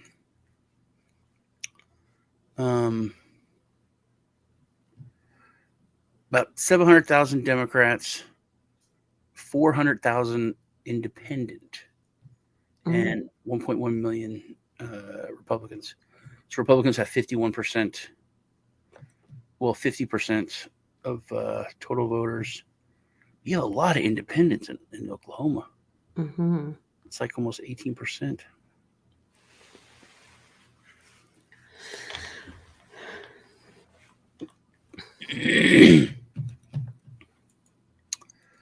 But all cities are liberal. That's just the way it is. I don't know what an LE coin is. Some Cha-ching X says, are you considering LE coins like Bix? I don't know what an LE coin is. Do you know what an LE coin is? No. I don't know what that is. More cheaters arrested than ever before, too. Yeah, that's what needs to happen. People need to be arrested and go to jail. No. Not just get arrested, but go to jail. Limited. Like Banyan, he was arrested and went to jail pretty. That was fast. Something like that would definitely send a message. But actually, Bix told me just to get silver in your own possession. It doesn't matter about limited edition or any of that kind of stuff. Just get the melt, as much melt as you can in your own possession. It is true. Yeah, you're the smart one. I'm just the pretty one. We've established that already. Yeah. That's right. Okay. Sorry. What were you saying, Sean? Stuff and stuff. What was I saying? I'm sorry. I was talking with somebody in the chat. We were talking about silver. Hold on. I was going to see. Dang it. Nope. It was not long enough. For it to flip back? Yeah. It was so watch what I was talking about. Red like commie red? No. Red like... That is weird seeing Kentucky blue. Mm-hmm. I tell you, because Kentucky is... There's this YouTuber, his name's Kendall Gray. Uh-huh. He is a young kid, and he is hilarious. An impressive kid. He has like 3 or 4 channels, millions of followers. But he like hunts and has like animals and stuff. He just bought a farm, 200 acres. Oh, cool. It's like his dream farm. Mm-hmm. But he got like a crazy good deal on it. In fact, it's being sold for 100 acres, and they're like, we really don't know how big it is. So we just put 100 acres, but it was a 200 acre farm, and it was a good deal at 100,000 or 100 acres. So anyway, but he always puts a Bible verse at the beginning of every video, and he's very funny. He's like goofy in his videos, but he always they usually always throw in like a Joe Biden joke or something. They're like Kentucky is very easy to do. Kentucky is very, very, very, very conservative. Also, Kentucky Ballistics. I like that guy. He's funny too. But people in Kentucky are funny. I don't know why, but they're also anyone from Kentucky is hilarious that I watch. You guys watch for the red moon tonight too. It's the blood eclipse. Oh yeah, I remember. Moon eclipse, and you should be able to see it with your naked eye tonight. Also, this is like the end of like a bunch of religious, like holidays and all kinds of stuff. Patterns? That's not the word. I sent you the text. What was it? Patterns? Not patterns. It's, when a thing is a thing. A thing is a thing. Yeah. What does it say in the chat? I forgot what it is. Not patterns. Lunar eclipse, blood moon. Yeah, that's coming. Mm-hmm. That's tonight. It's bothering me now. It's gonna bother me. You guys gotta tell me what it is. Oh, I thought it's tonight. Daddy-O says it's last night. I thought it was tonight too. I think it's the 8th. I think it's tonight. Yeah. Yeah. Patterns? Not patterns. I said patterns, not patterns. I think it may have been tonight then at 4:44 in the morning. So maybe it was this morning, but it was last night. So it was this morning because I saw Cycles. 4:44. Cycles. The end of like 3 or 4 cycles. That is what it is. Okay. Because it was supposed to be, the peak of it was 4:44 a.m. So I guess on the 8th, that would have been this morning. So that would have been of the night last night, but this morning. So Daddy-O is She correct. said, when did sci-fi world turn into enslavement and theft? It usually always does. And then there's a rebellion. That's kind of what always happens. So you think the people will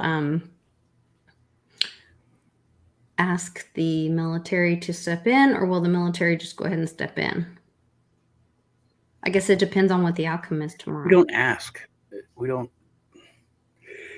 Trump said something, and it was very profound, and nobody talks about how profound it was. Because people have forgotten how radically different the United States is, because it's been around for a while, and other countries have kind of adopted a lot of what we are to where, and we've given up so much of what we are that we're all kind of the same. Like there's not a lot of difference between us and Europe. There's not a lot of difference between us and Canada. But when the United States was started, it was so radically different and crazy, a whole new way of thinking. You look at Ukraine, you look at Russia, you look at Russia's going to have a draft. So what was like a million people fled. Trump said, we don't have refugees. We're not refugees. That's true. If we have a problem, we fix it or we die. He didn't say that, but we just fix it. We fight it. We fix it or we die. That's what we do. And I think part of that is because so many people did flee here. It's like, this is their backs to the wall. This is their last chance. This is where they fled to. There's nowhere to go from here. You're done running once you come to the United States. So our way of thinking is not asking the government for help, asking the military. People have to ask the military for help. Do you know why? Because they don't have a Second Amendment. They have to ask people who have guns to help. If you don't have a weapon, then you have no choice but to call and wait for the police. You can run, you can hide, and that's all you can do. You can't defend yourself. If you're a 97-pound, 5'2" frail guy, and some 6'2", 250-pound burly dude is coming at you with a bat, you're going to die or get your ass kicked. But if you have a 22, the playing field just got leveled. It's just that little difference. Tiniest gun you can have, you could kill that guy. That's what makes us different, is that Second Amendment. We don't have to go to the military. The military. Well, and Daddy was reminding us the National Guard was already activated in 14 states and is actively involved in the vote right now. The big thing is that there's, like I said, civilians. There's a well-armed militia that's already out. And they're scaring the crap out of everybody because they're there. They're ready. If you try, I think people know if you try to pull something, the stage is set for really bad stuff to happen. It is. That's why I think so many people are scared. That's why so many people are worried this could be it, because it could be. And I believe in violence, 100%. I 1,000% believe in violence, but I believe in intelligent violence. With the left, it's like violence for violence sake. George Floyd, they went and attacked a police precinct to set on fire. 100% makes sense. What's your enemy? You're mad at police. Police killed a guy. Fine. And then they went and did the stuff at Target. That doesn't make sense. What is Target? That makes no sense. Right. Small homeowners, small businesses. That doesn't make sense. You're destroying your own community. Yeah. You're destroying people. You know, there were protesters that were just like kill white people that were there supporting them protesting. It all makes no sense. That's just violence and chaos. But if you are angry and you use violence as a tool to fight your enemy, that's completely different. And I think that's the difference between, I don't want to say conservative, I just common sense, and then the chaos of the narrative. liberalism. It's just destroy. Mm-hmm. And usually they destroy their own people, destroy their own communities, and then they want the government to come and fix it. But fentanyl, yeah,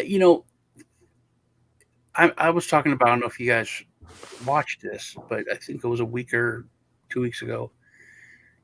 Alex Jones has to pay like $1 billion, and now they're wanting like $2.7 trillion, and Big Pharma had to pay like $600 million Right. for the whole opioid crisis and there's like, it was engineered. They lied to doctors and told them there was no addiction.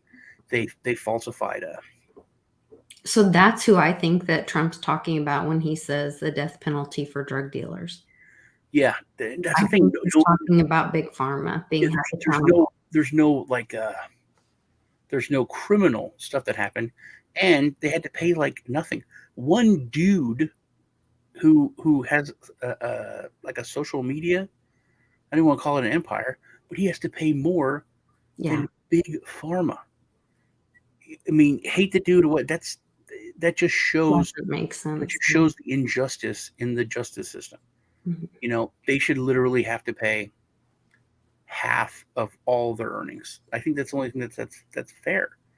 And people should go to jail. If you lied and people died, they lied and people died. They should be charged. Over a 600% increase in stillbirths and or miscarriages. Now you're talking about the stick, Yeah, the gingivitis thing. Yeah. I'm just talking about the opioid stuff. That's all common knowledge now. That's already been found out. That's already been admitted. There's documentaries and movies. Oh, you're talking about like pain meds, the whole opioid crisis.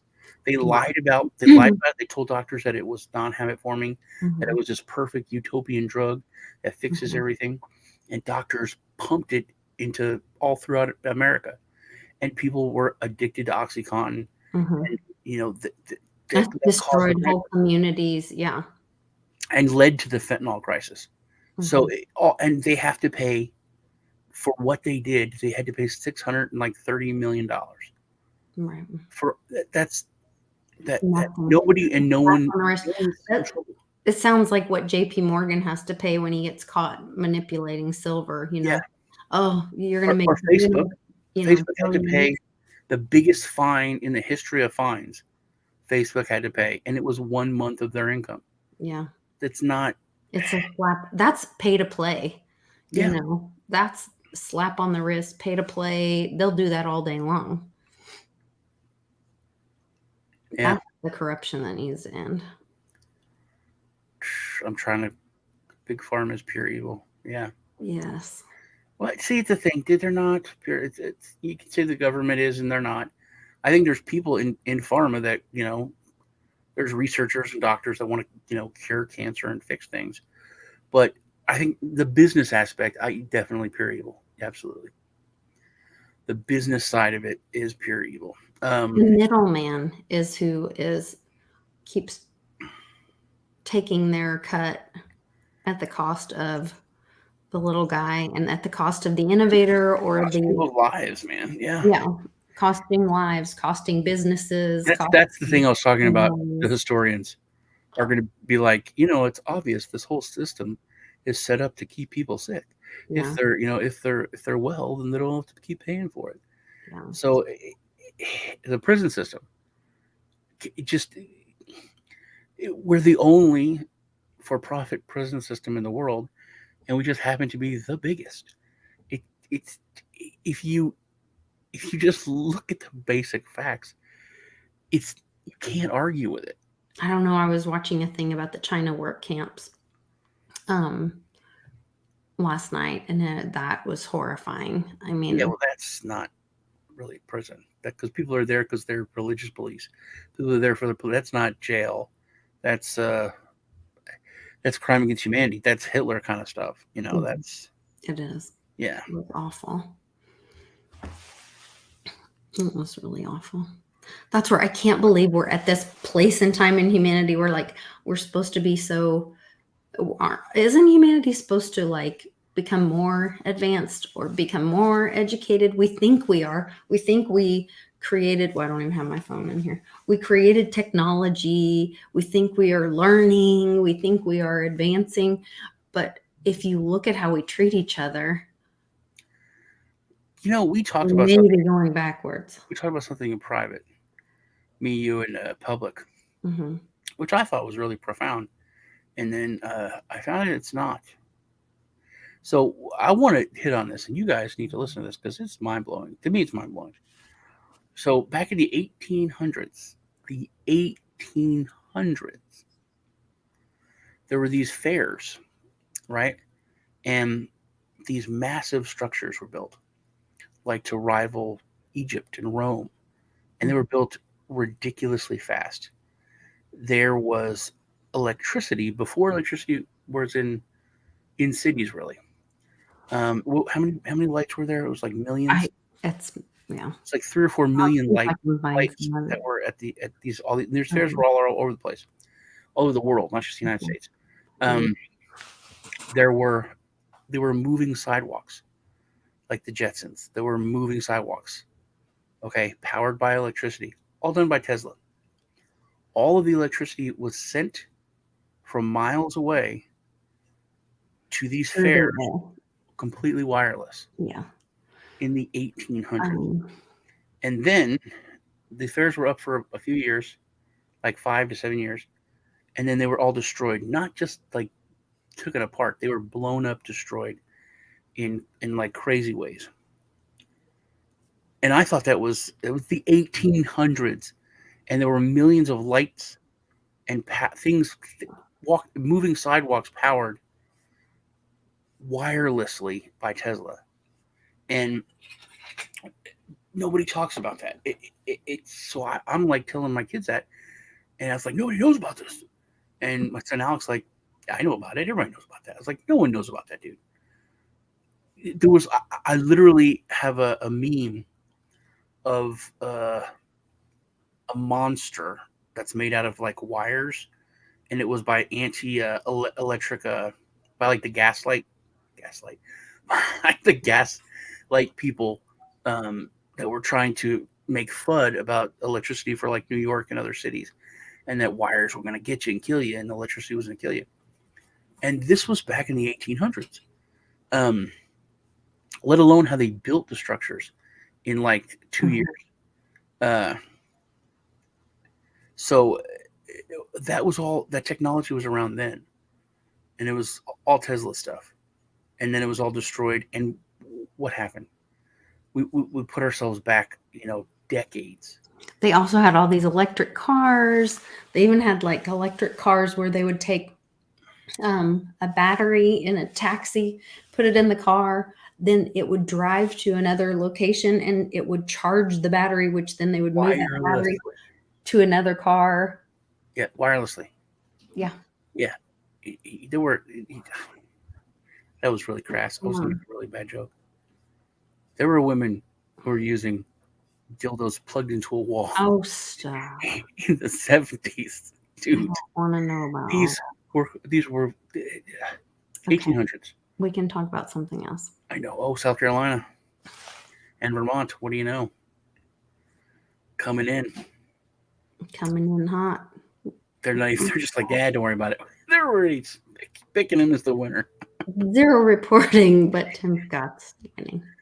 Okay. What about Vermont? Vermont Zero reporting, but we're So giving it that's to, it's going to come in. I don't know.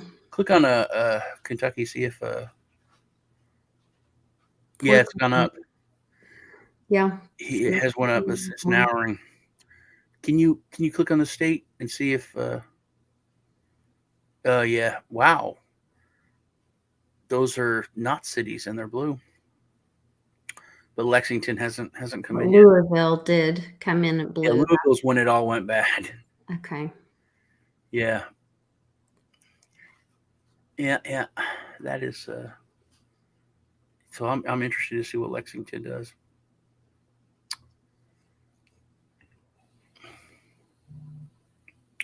These fair buildings are supposed to be temporary, but looked anything but. Yeah. And how did the people get to all of these? There are a lot of things in photo, and that's the thing. There's photos. There's photos of like photo proof. And how do you light? New York City had like 10,000 light bulbs in the entire city or something like that, and there were like 3 million just at this fair. Think of the difference. Think of that. And they were all powered wirelessly. We didn't have wireless technology when I was a kid. We didn't have wireless technology till like recently. Remember how crazy it was? Oh, you could charge your phone just by putting it on this little circle. Oh, it's magic. It's like Harry Potter. And that was the 1800s. Completely skipped the 1900s. We didn't really have it in the 1900s. Whole century there didn't have it. Went from the 1800s to the 2000s. Let's see. Stop screen, share screen. World's Fair. We have a Tesla Tower in Milford. I will go to Milford and I will look at it.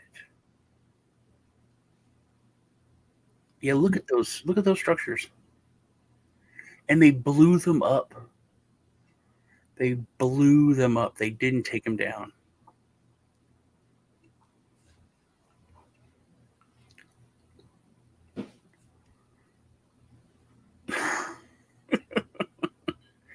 We're talking about how Tesla pumped Tesla pumped a chance to all this electricity wirelessly to millions and millions of light bulbs, cars, or vehicles, moving sidewalks, all this stuff, and this is all wirelessly from far away.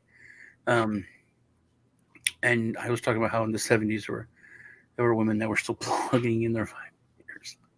That's what it was. JDO was asking. So, Maricopa County, liberal community, poll locations, machines working. Conservative poll centers are not working. Really? having been occupied for over one.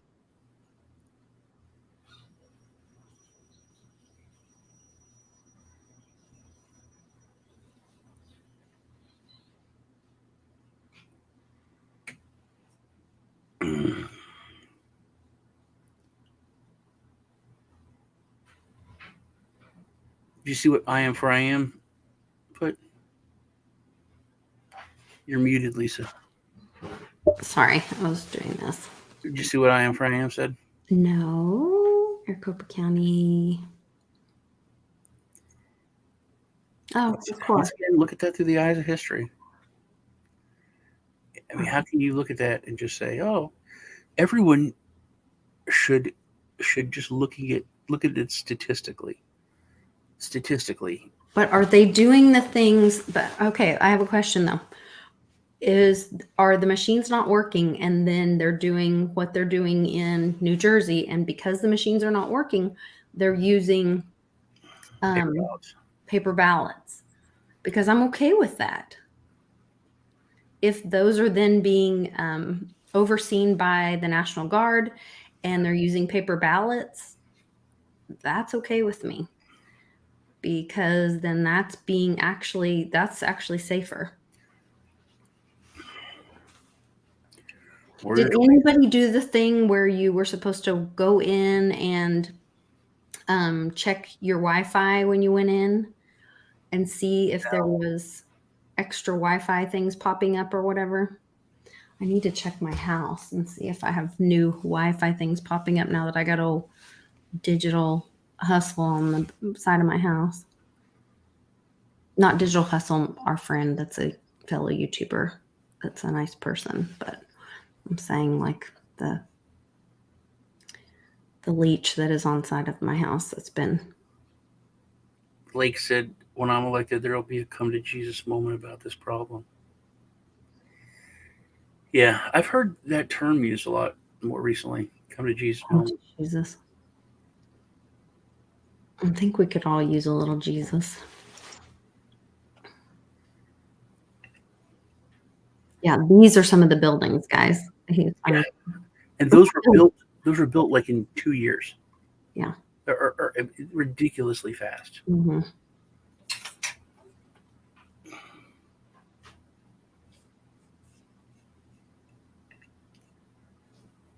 Those look a lot like little LEDs, don't they? Mm-hmm. They do.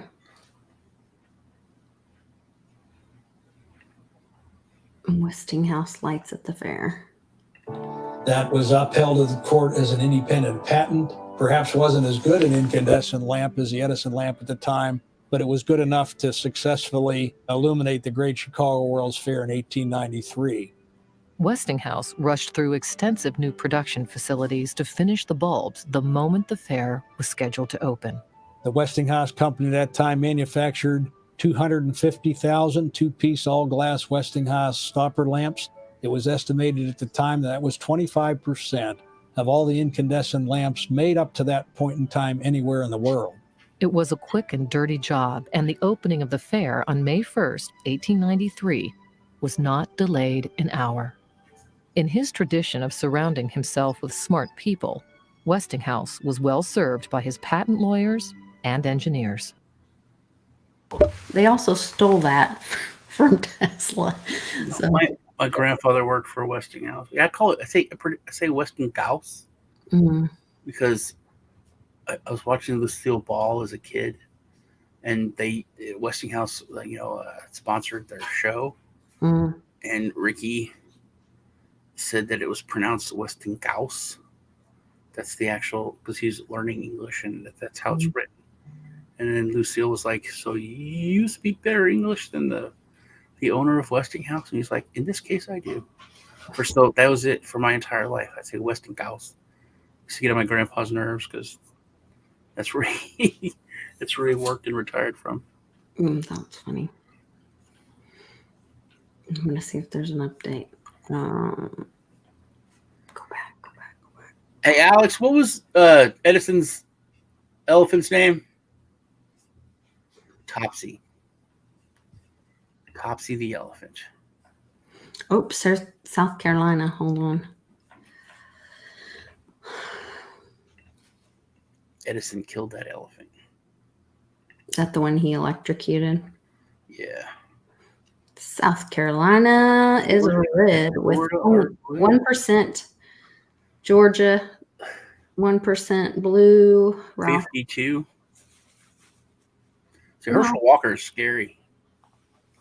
Herschel Walker he is horrifying. There's only 1% of the vote. He is not reporting, though, at this point. Everyone says I'm not a he's not a politician.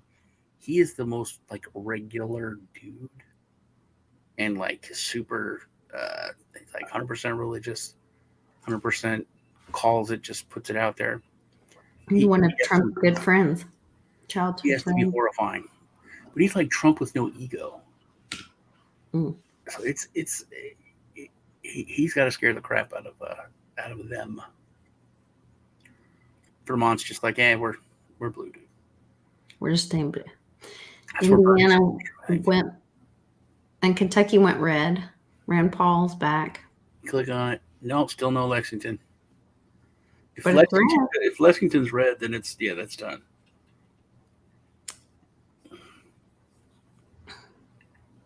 Oh, whoops. Here we are. The George is the big one. I want to for the governor. Oh wait, the House is starting to come in too. Yeah, this is what I want to know about is the House. Florida's all over the place. Yeah, it is all over the place. Miami, blue.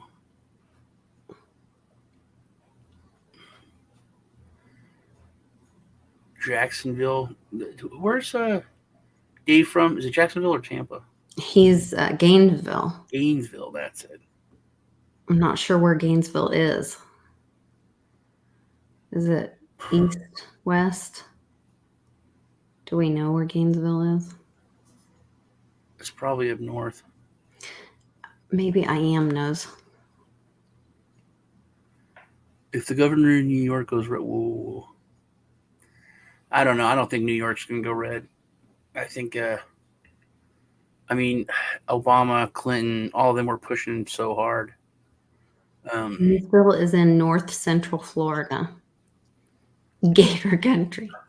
Yeah. Okay. That makes sense that it's all blue up there. I guess. But it's early. It's still early. There's not all the numbers in yet, guys. It's still really early. Yeah. It's just preliminary. That's 7% reporting, though. That's in Georgia. And that's in the Senate. Go to the governorship. Governorship. There we go.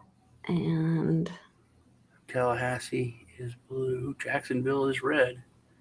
Orlando will probably be red. Miami will be blue. West Palm Beach, I don't know. Miami's showing up red. The dot is red. It does look. Yeah, you're right. I mean, that is odd. What about Georgia? Georgia. Not much has come in for Georgia. It looks Athens, Atlanta, making Augusta. Only 1%, 7%. Yep. South Carolina, not much has come in. Nope.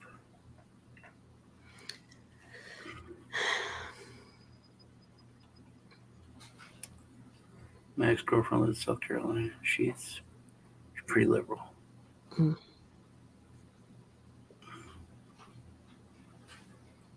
GOP is, what is it, 3?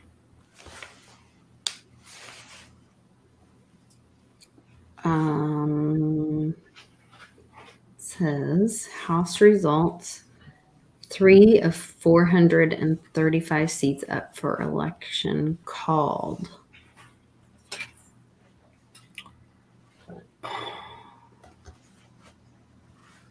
There must have been some small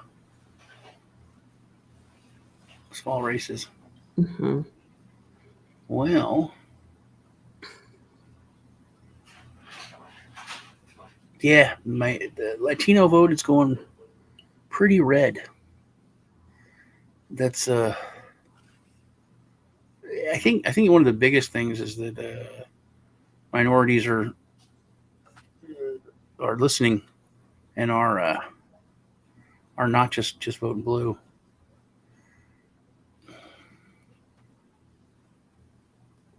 Was it the House? That is 1 seat for the House in Kentucky. So Louisville's probably the only blue haven there. Mm-hmm. 1 out of 6 in Kentucky. Let's see. What about Texas? Sure. Taking a lead.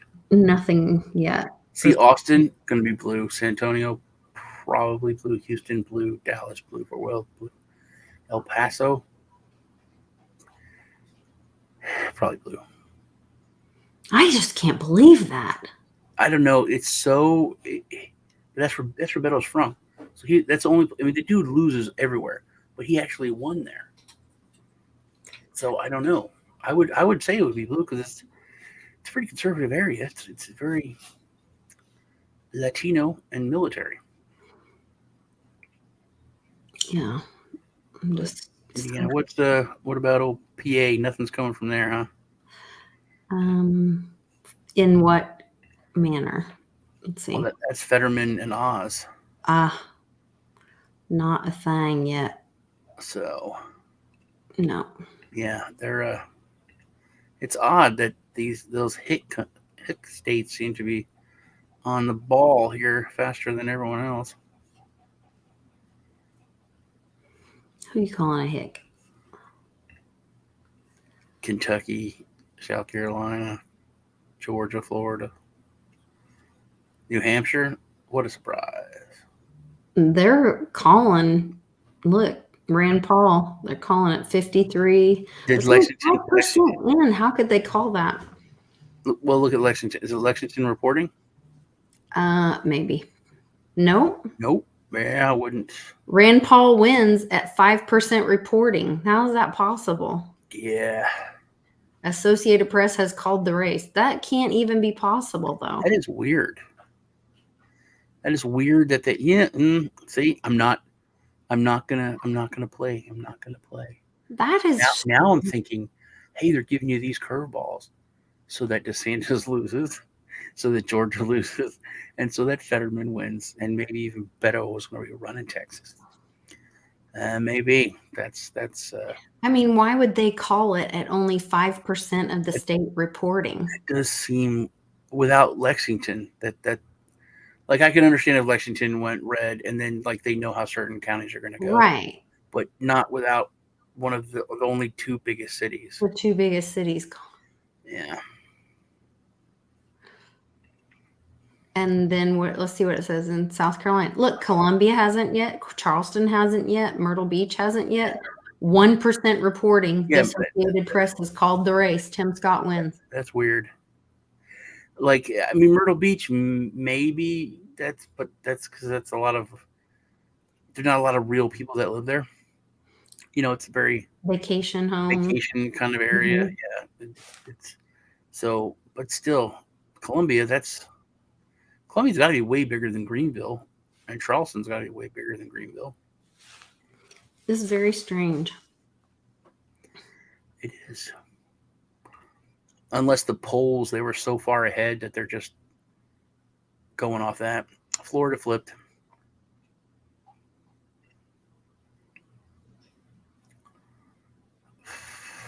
%36 reporting. Okay. Tampa, But Orlando. Look at every city. Almost every city is blue. Okay, but it says Associated Press has not called this race, but 36% has reported. Yeah. Well, Palm Beach is going to be it's a big retired community. Also, Florida's famous for fucking up elections. So that's probably going to be one of the slower ones. What's Rubio got? You can hover over it. What do you mean? How do you want me to do that? Go to all the states. All the states. Here we go. And I just hover over Florida. There you go. Oh, you're on the governor. Go to Senate. Okay. There we go. Rubio, 50.8. 50, almost 51. Boy, but they are right at it, huh? Yeah. It's about 100,000. So that's, yeah, man, those cities are going to make a big difference. What's Georgia? 67-30. But only 8% reporting at this time. 31%. That's, dude, that was like one of the tightest races there was. See that doesn't make sense. But they had trouble with their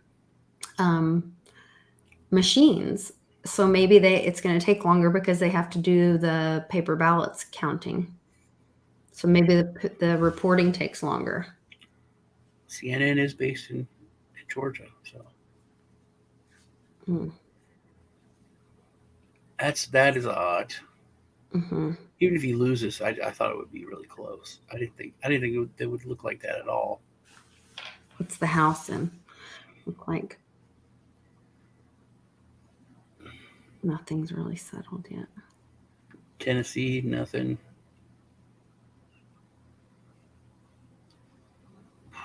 The House is what I want to see. So do you heard the theory or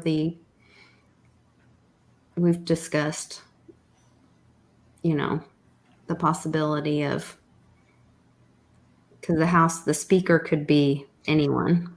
Yeah, they didn't have to be elected. Right. Well, that's what you said. Yeah, that is weird.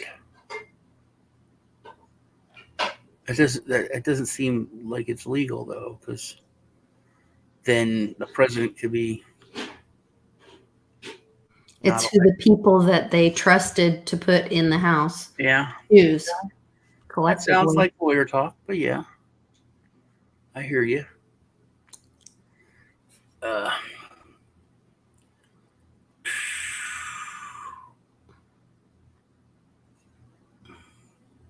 And if our country was in trouble and they needed to choose someone to be in a leadership position, then that could happen.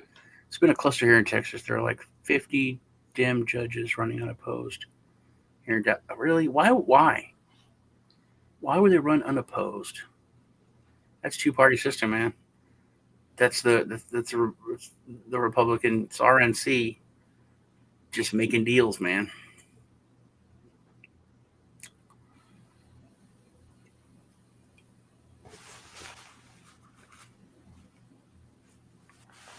Let's secede. Yeah, that would be a good wake-up call for just any state to secede. Mm-hmm. And that's, they're not talking like they do suppress that, like the counties that are seceding in Oregon. Yeah, you were talking about that's actually happening in Oregon, and They don't talk about that at all. mm-hmm. And the fact it was at New Hampshire is literally trying to secede from the union now.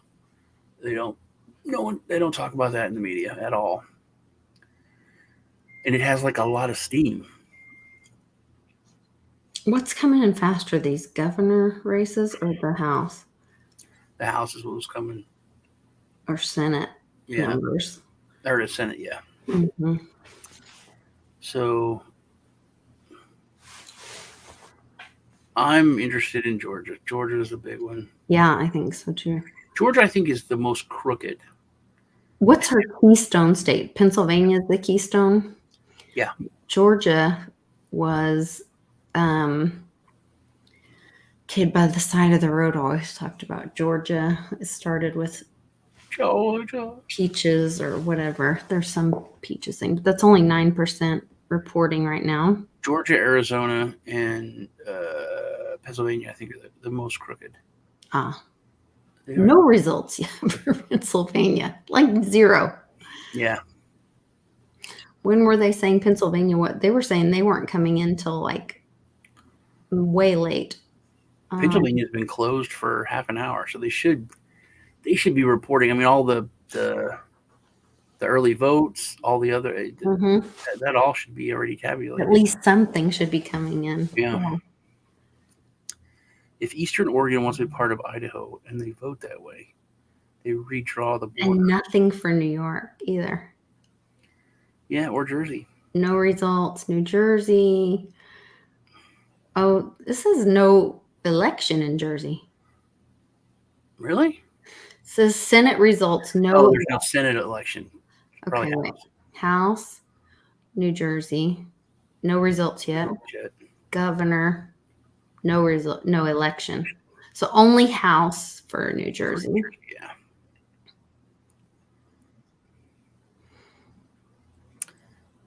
Atlantic City. That's where I grew up. I think it'd be cool to do a meetup there. I don't know. I don't know, man. It's a different place now. When I look at like Philadelphia, that place looks.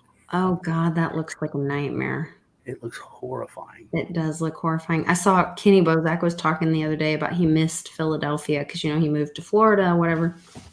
And he's like, I miss Philly. And I was like, apparently you have not been, which the news lies just, so I don't know. Yeah, I've seen like just like documentaries, just regular. Worse than a third world country. Yeah, like zombie apocalypse. Yeah, all the they're taking, what is it called? The horse tranquilizers. It's like the big drug. These these big drug is because it's cheap. Is animal tranquilizers like mixed with something else?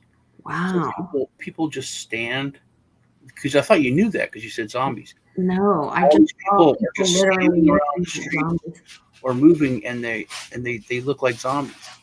Yeah, because that's it's what like this massive muscle relaxer for horses, and then mixed with like fentanyl and something else. Oh. I forget what it's called, but yeah, it's scary looking. Hey, Virginia started reporting. Hmm.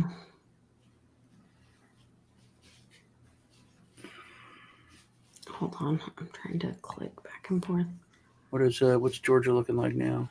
Oh, we're in the house.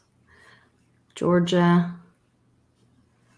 Savannah is red. I thought it might be. Atlanta, that's 100% blue. Mm-hmm. Augusta, geez, look at the large swath of blueness.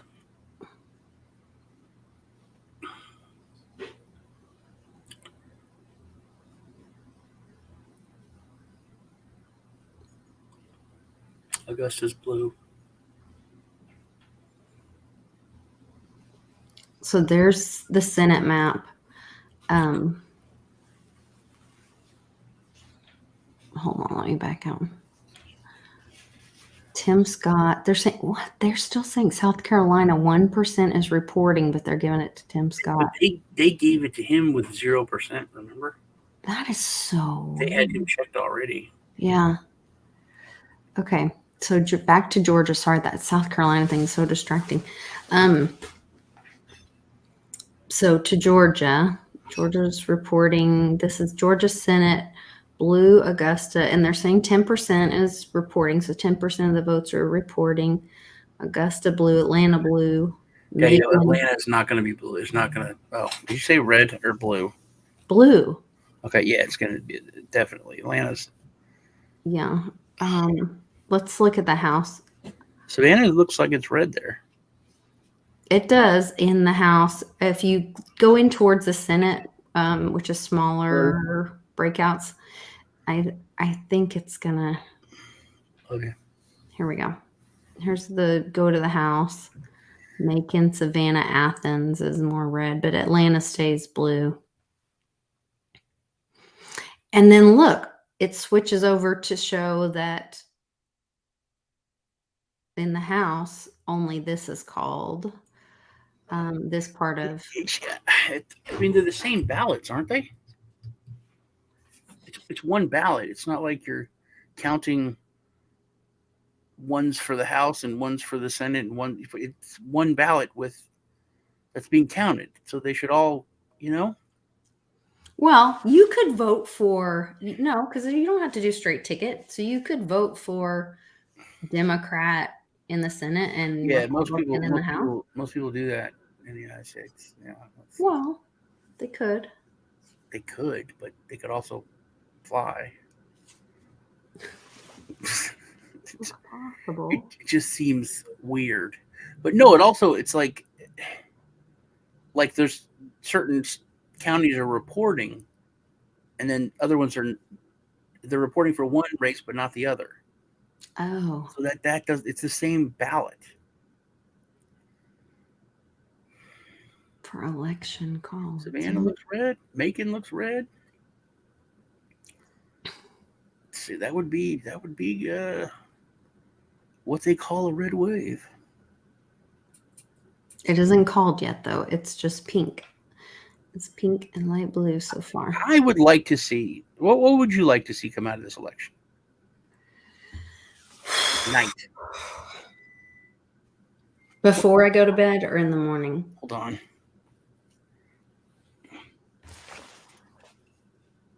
Call Alex.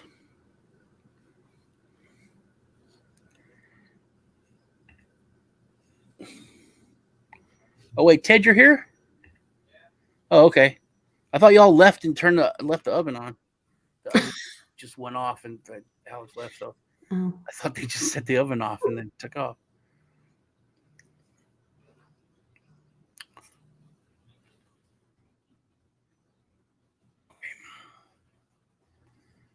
All right.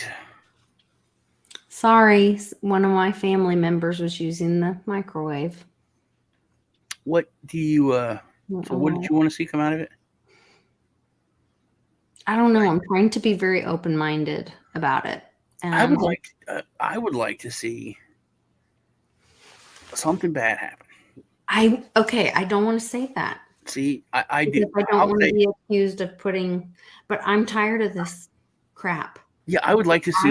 I would like to see something bad happen. I want to see and the be truth. fixed. I want to see something happen and get nipped in the bud. Yeah, I want to see the truth come out. What I think would be wonderful is they try to do the stop counting thing. I would love to see that building besieged. Only if the truth will come out with it, and people Besieged will say enough. without killings No, or I don't want anyone to be harmed. minimal violence, yeah, but besieged and then exposed and arrests. Right. I told my mom if the National Guard is in the street tomorrow, I will happily bake them cookies, and I would be so happy. Look at this thing. Be happy to see them. I know. Go full screen so I can show you my cool gun. Okay. Oh, that's pretty. Yeah. I forgot I bought it. And then I had this next to my desk. And I opened it thinking it was it looks like a space shotgun. Look at this.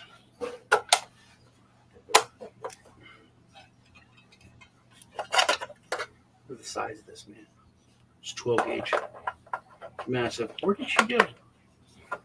Oh, it's me. I'm still here. Okay. I tried to make your thing big, but it said add to solo. What did it do? I was looking for a shotgun that I bought. And then I opened this case and I was like, what the hell is this, man? And then my kid's like, yeah, you bought a shotgun. It's like you buy shotguns all the time. I was like, I don't remember this. This thing's awesome. Oh, there you go. North Carolina, Ohio just closed. Cool. Let's see what we've got. North Carolina. I'm going to maybe refresh it. That's a lot of blue. It's Raleigh. But let's see what the house shows. Oh, wow. Yeah, Charlotte's going to probably be blue. Wherever the government seat is, usually seems to be blue for some reason. You in Texas, Austin? Austin's pretty freaking liberal.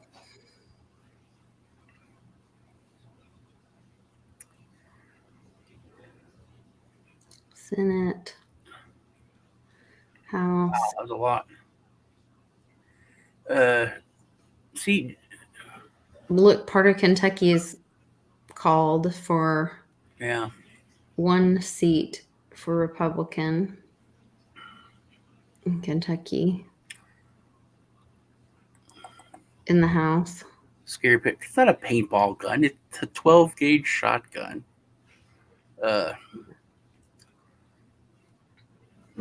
We will drill for oil. Look, the only thing that went for the House is just right around Louisville. Yeah. Just like you said, that little. Computer, what's capital of Kentucky? Kentucky's capital is Frankfort. That's right. Kentucky's the weird one. It's Frankfort. A lot of states are like that, though. It's not what you think. Yeah, but that's not even showing on the map. I know. It's Frankfort. There's like another state that has a weird one. But Florida is Tallahassee, which I thought. Computer, what's the capital of Florida? Florida's capital is Tallahassee. It is Tallahassee. Okay. It won't let me go over. That's annoying. What's the capital of Oklahoma's? Oklahoma City. It's not Sapulpa? No. I thought it was a weird one. Okay. No, it used to be Guthrie years ago, on Highway 33. And there's a like giant Masonic lodge there. And there was a children's home close by that burned down. And anyway, lots of creepy stuff. And then it got moved to Oklahoma City. And there's rumors of building a new Capitol.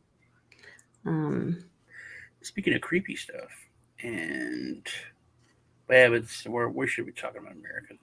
The Canadians, how they once again, no one's going to jail for what they did about hiding this stuff about the killings and all that.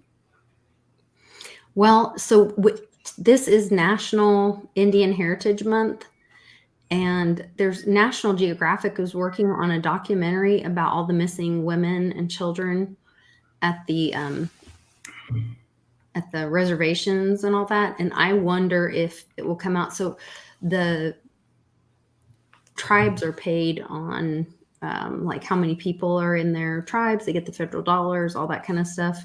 And I just am curious how that kind of stuff is going to come out. I think it has more to do with like that census. We had the report recently coming out that 14 or 15 states reported their census wrong. I think the Indian Nation census reports are probably incorrect as well. And I think it all comes down to those dollars. And when human lives matter less than money, then something's wrong with your society. And that's what I really hope. That's what I hope gets fixed, and that's what I hope. That's what I hope for. So that's what I hope is exposed.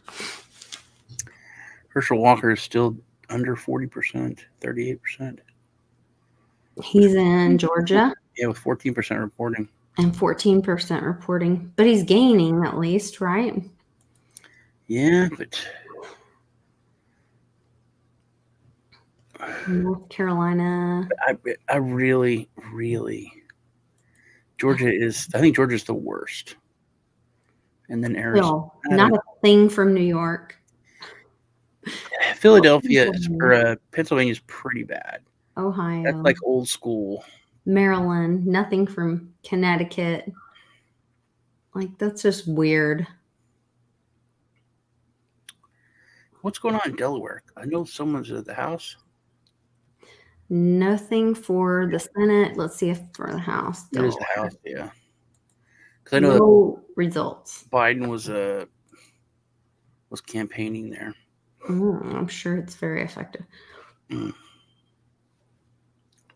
Massachusetts, no results. Rhode Island, no results. Connecticut, no results. New Jersey, no results. Delaware, no results. Maryland, no results. New York, no results. Pennsylvania, no results. Ohio, no results. West Virginia, no results. Maine, also no results. Michigan, no results. Stacey Abrams is winning by 55%. Where? Georgia.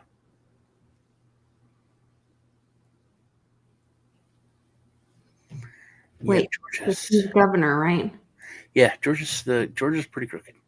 Georgia, Philadelphia, or Georgia, Pennsylvania, Arizona. They're pretty bad. That's concerning. Florida, Ron DeSantis is winning. 55%. That shouldn't surprise anybody. Yeah, that's a shocker. Yeah. Vermont, Phil Scott is leading. Only 1% reporting so far, but at least they're reporting. New Hampshire, 6% reporting. So how come it says reporting in governor results, but not when we're on House and Senate results? That's my point. They're the same ballots. So if you're reading one ballot for one thing, you should be reading a ballot for the other thing. Oh, now I see what you're saying. Okay, I'm sorry. Yeah, so why would 6% reporting for New Hampshire on the governor's race for New Hampshire? So then we go over to House, New Hampshire. Yeah. Parties. It says blue, but That's what I don't. just as blue. And New Hampshire, they're 7% reporting. H. Han said Lisa and Satoshi Sean. They use both my names, so it's like my parents got in very trouble. important. Are you for Republicans or Democrats? I'm an anarchist. I'm an anarcho-capitalist, and I'm for no government. But that's not realist. I'm also a realist, and I don't think Vermont has been called for the same. Okay. I don't think the human race is nice enough to be anarchists. People still prey on the weak and hungry for power and all that, so it won't work. I think they're both terrible. I think the left wing and the right wing are both part of the same corrupt bird. Right. And I think the party system in general. Unity and freedom. If I had to pick a party, I would say libertarian. So this was my concern because Westwood was like, I'm all pissed off and I'm going to go in and I'm going to vote just all libertarian. And I was like, okay, the concern with that is if you do that, right, then you take away votes from the now that used to be votes from typically the conservative. Right. Now that was a way to send a message, to be a protest, to you conservative people, you lost, because you could just not vote, but that sent a message like you lost my vote because you weren't conservative enough. Right, but it's not that the conservative party is not conservative enough. But our country's so messed up now that we don't have the luxury of doing corrupt. We don't have the luxury of sending that message. Right. We can't do that. You can't afford to not participate. You can't afford to send a message to the Libertarian Party. You can't. That was what the vote was for, is to send a message. It didn't matter if that got lost. It sent a message, and then they got on the next the next election cycle, they were more on top of things. But we can't afford to vote libertarian because it takes away from the conservative or the smaller government vote. Just basically common sense. It's not even smaller government anymore. It's just more common sense. The left has become the Democrats have become so left leaning and so radical that they're nuts. Mm-hmm. Whereas Republicans are just sneaky. Well, and silent. Unfortunately, they've been told they're not allowed to speak their mind. They are the silent majority. Jim Montgomery sent $20. Oh, thank you, Jim. Appreciate it. So enjoy that, Lisa, because I don't think. I'll split it with you, bud. No. I'll split it with you. No. For sure. We use it for. Well, I don't even. I don't get it. So I only get how much? Because YouTube steals how much of it. I thought it just went to your regular earnings. No, they take like 40% or something. Last year I got my what's it called? The W thing? Yeah, 1099. 1099. I made $800 something from YouTube. That's more than I did last year. It's more than I did last year. Yeah. So I appreciate you guys very much. But if you want to give, please support me on Patreon or come to a meetup. Of course, we didn't really have any meetups this year, but we'll get back on the road. We're going to do some things. We're going to have opportunities.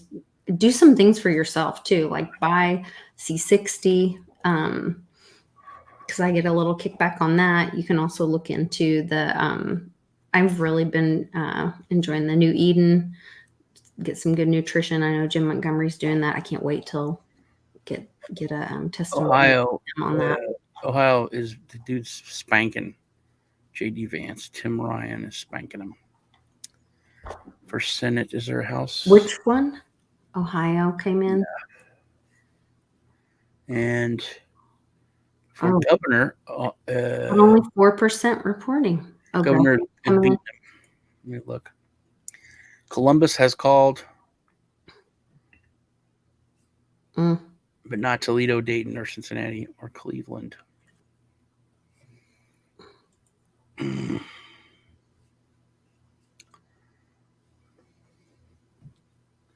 See, it's weird for the House. All these districts are there, but for the governor, they're not. And then for Senate, they're not. That does not make sense, but whatever. Not seeing a red wave here. Herschel Walker is still getting his butt kicked, 42%. At 17% reporting. Yep. I can't believe Pennsylvania still hasn't posted anything. New York, nothing. Yeah. And New Jersey. Nothing. New Jersey doesn't even have a lot that they're doing. Connecticut. Isn't New Jersey just one race? It literally is one race. Just the House. Yeah. Just the House, no results. I mean, New Jersey's pretty crooked. Which makes me wonder if they are one of the states that the National Guard is overseeing, then could that be like collected, and could the National Guard be like, whoop? No. National Guard can't really do anything. Why not? It's against the law. You can't interfere with an election. What do you mean? It's against the law for anyone to interfere with the election. So they'd have to wait till it's over? Yeah, they can, like, I mean, if people try to rush the building, they could shoot them or something, but they can't. But if it's over and it's closed and they were overseeing it, or they were watching. Yeah, they're not overseeing it. Our military. They're not overseeing it, but if they were watching, because the National Guard was involved in 14 states. I don't know the right term. How? Is it like for security or something like that? Oh, let's find out. Let's do some research. Let's talk about it. Because let's dig into it. Let's do our research.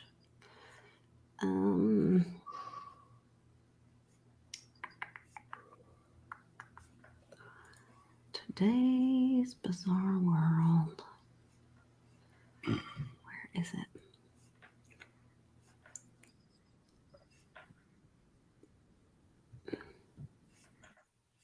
Where's the article? National Guard cybersecurity copy.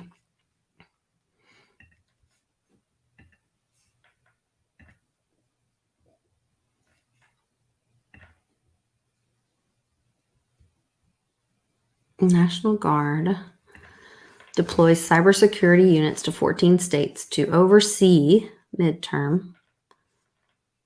The National Guard is sending cybersecurity units to 14 states ahead of the midterm as a measure to combat and potential and presumed digital threats aimed at election officials.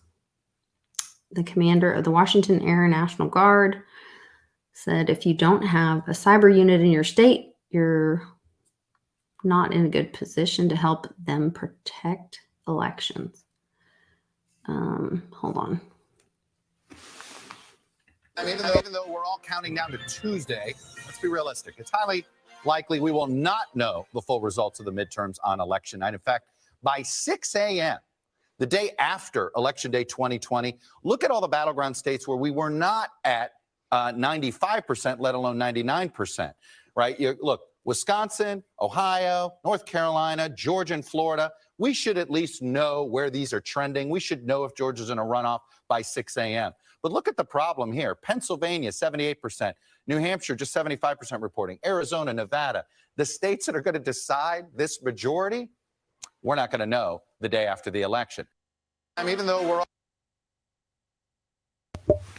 So it says the states in which the Guard was activated are Colorado, Connecticut, Delaware, Hawaii, Illinois, Louisiana, North Carolina, New Mexico, New York, Washington, West Virginia, Iowa, and the battleground states, Pennsylvania and Arizona. So no New Jersey, but did get Pennsylvania and Arizona.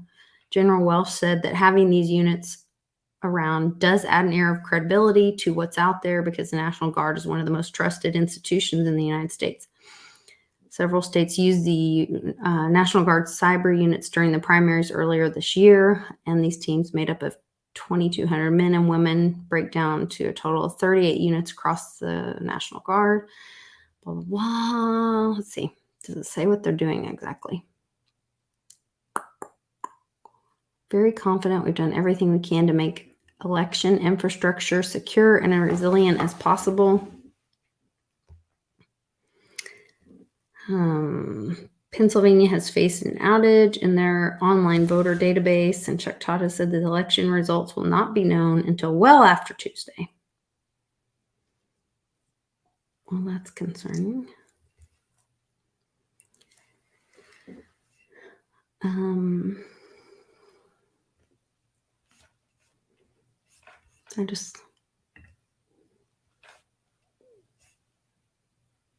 Sean, are you muted?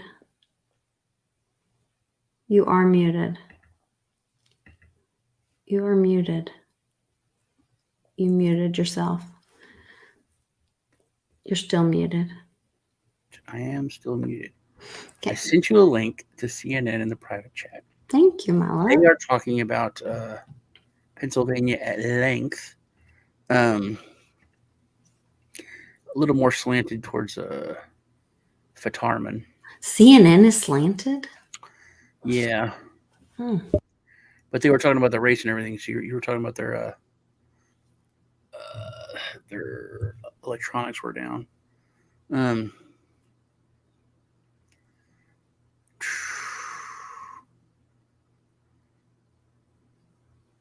Might take a second for it to load. Mine loaded right away, but I think I got better internet than you.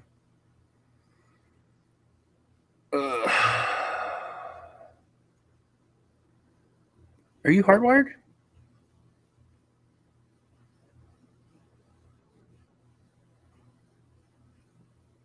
Yes, I am. It's rolling on the bottom. It just says that it's premium content on CNN Go, so I don't have I can premium content. Where am I? You can screen share on yours. Yeah, I'll just screen share mine. Do.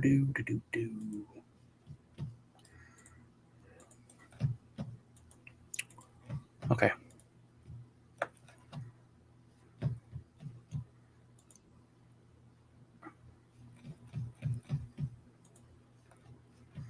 What are you doing? You were just working.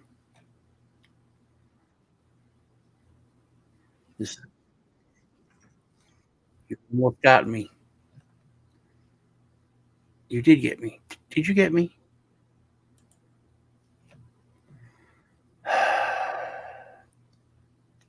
All right. I'm going to try one more time.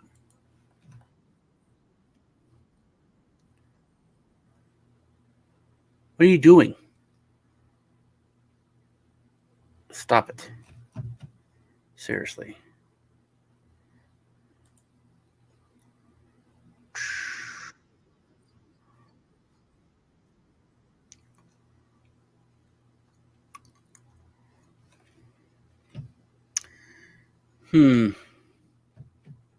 Well, you see Ryan and Vance here in Ohio.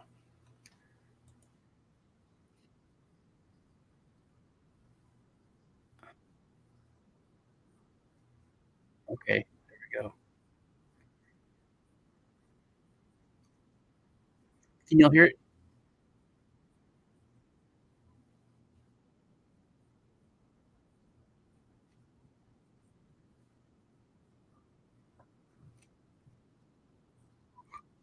Democratic.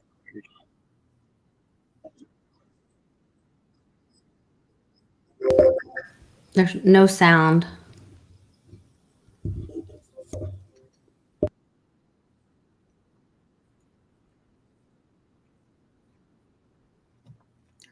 How do I make sound?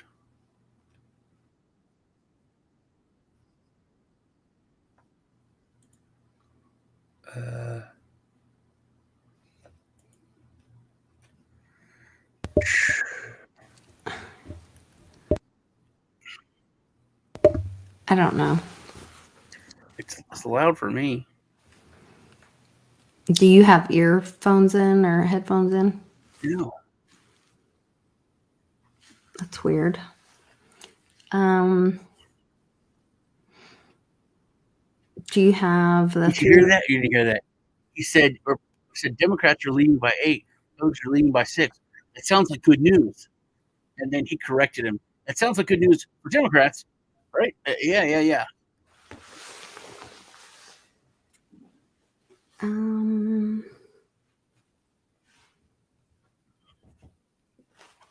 Yeah, I can't hear a thing that they're saying. So it's all Democrats were losing in Virginia, but Wexton started to pull back ahead. Hong Kong is a nasty race. Shocking both ways. That's the most Democratic district there is.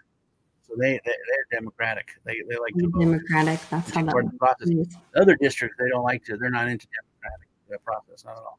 Mm-hmm.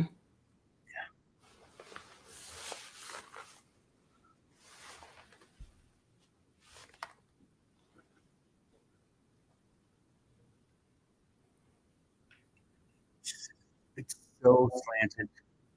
The way this guy's talking, the other guy keeps correcting him, but like not correcting him, but like like he basically is like, "We're losing," and he's like, "Yes, Democrats are losing. Democrats."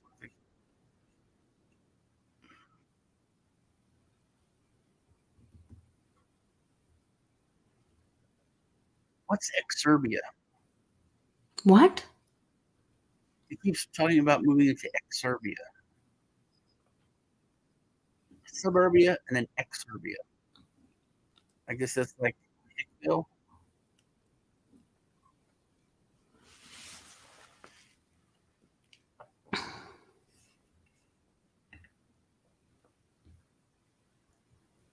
Yeah.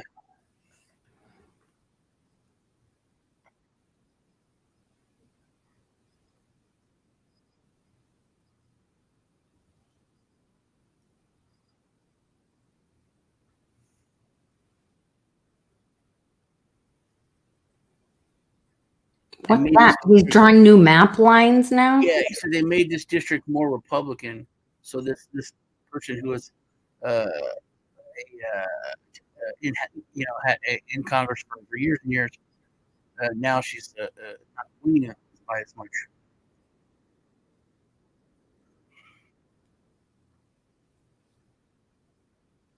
I wish I could hear what they're He's a saying. Trump acolyte, January 6th guy. Maybe I should find something where we can hear what they're saying. Yeah. Go to governor's race next. Okay. Hold on. He said we're going to go look at the governor race, and the governor race is just all the early voters, and early voters tend to be much more Democratic.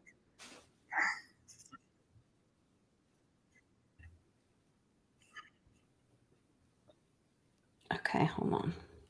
And the polls have closed in our time zone.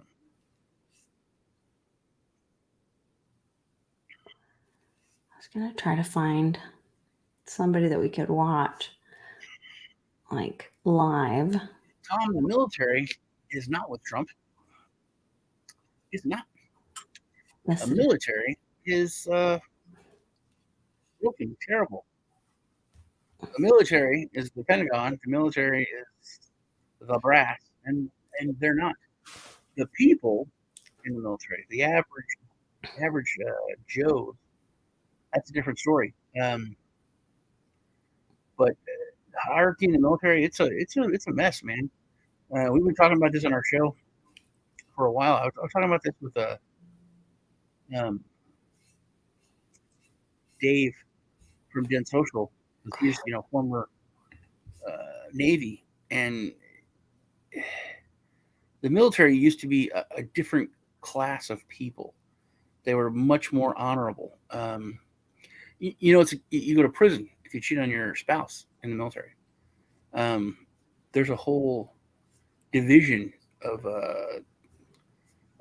criminal investigations just for people that cheat on their spouse, because you can go to prison.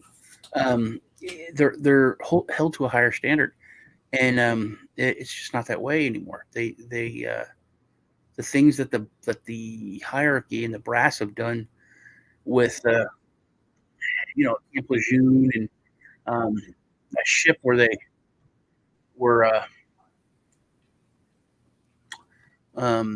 giving the sailors jet fuel in their water, and then lied and covered it up, and then wouldn't allow the doctors to say that that's why they were sick, so that any health problems in the future weren't covered by their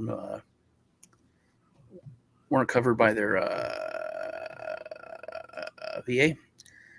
It's terrible. It's absolutely terrible. So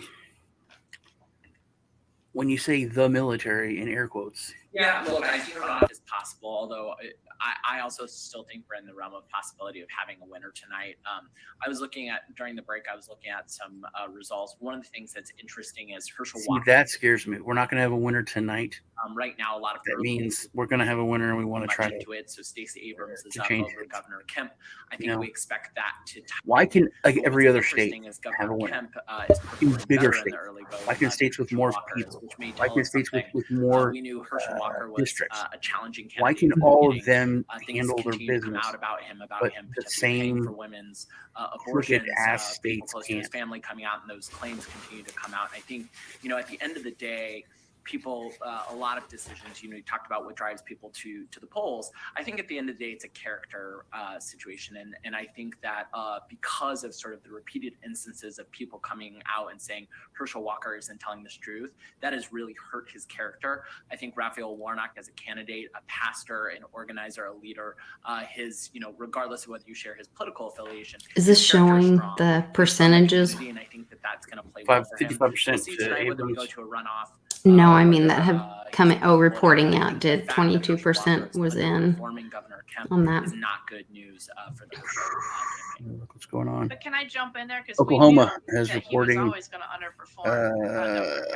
So that's not a surprise. Okay, That's why I think Going the he winner. can't get to 50%. Okay, and we are kind of See, seeing it in a lot of Oklahoma's people already talked about reporting. this in the run-up to the election.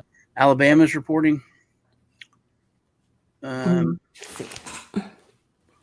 It's close for House.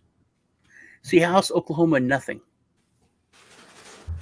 And then Texas is starting to report.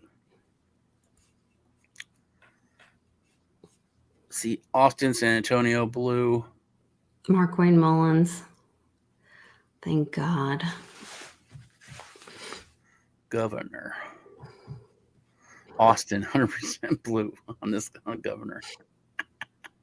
But House, nothing. It's Oklahoma.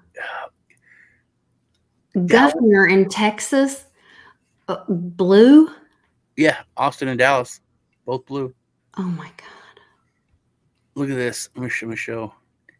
Oh, This is kind of funny, just because you'll see. Okay, hold on.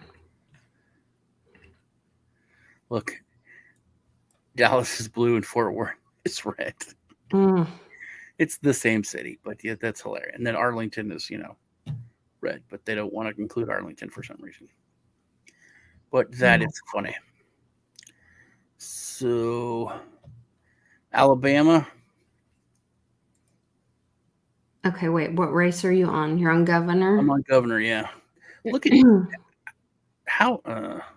I want to see the House races. I think that's going to be the most important thing in this. Atlanta, super blue. Here we go. Because I think 16-8, gained 1 seat, lost 1 seat. Joe's got to go. Nothing called. Now, see, if the Senate Senate is not eligible. Oklahoma, Mm-hmm. Alabama, they're Yeah, Mark Wayne Mullins and 1%. Langford is solid. Kentucky is calling Rand Paul. Illinois Illinois is calling Tammy Duck. Mm. North Carolina. This is Senate races. Yeah. What Are we getting numbers? Connecticut is called Richard Bloom. New Jersey. Still nothing. They're on the House There you race. go. New Jersey. Yeah. They are. Atlantic City. Oh. All blue. Down the shore. All blue. You got some red people up here. I don't know about Newark. Could go either way.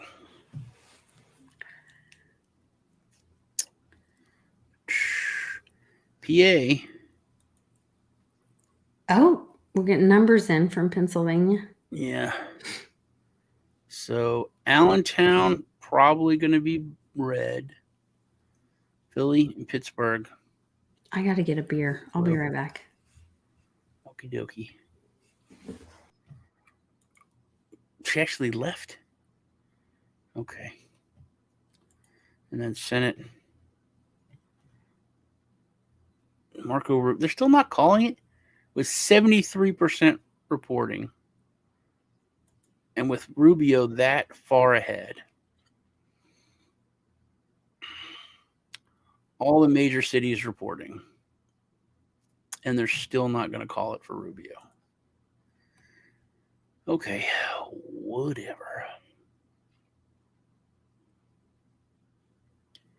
So,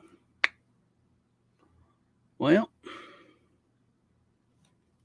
let's see what's going on in chat.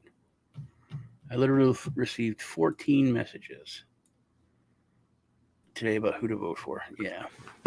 Sorry. Look at this. We've been on for like 3 hours. I have to get a beer. Florida, 73% reporting. Rubio's ahead by 12 points. Okay, almost 1 million votes, and they're not calling it. So they're not calling that with that much, but Oklahoma, yeah, they'll call it. They don't have a percentage yet. Mm-hmm. Don't give up, Phil C. This is just part of the crap we have to go through. Like, this is the pain to wake people up. Kansas is Jerry Morgan.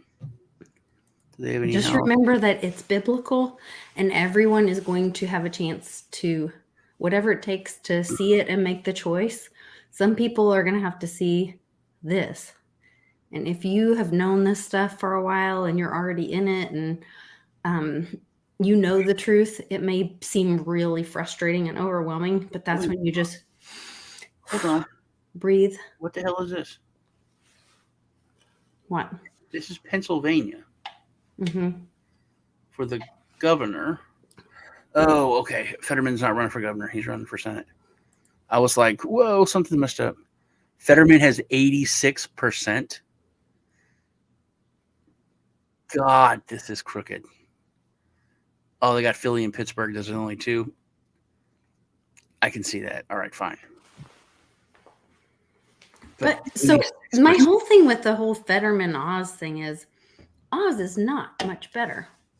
Oz, there are videos of him advocating for parents to allow their children to change their sex. Yeah. So, I mean, he's like the biggest rhino of them all. So what's the point of electing a rhino? You know what I mean? You're advocating for a brain dead moron whose wife is going to make all the decisions, or a wolf in sheep's clothing. You know what I mean? Like a Turkish wolf in sheep's clothing who isn't even, you know. He's Kang to his coda. That's the way it is. Right. From The Simpsons. When the aliens came, they ran. Like, what are you going to do? It's a 2-party system. So they ended up voting in the alien overlord. Ted, are you making banana bread? That smells good. Are you making banana bread?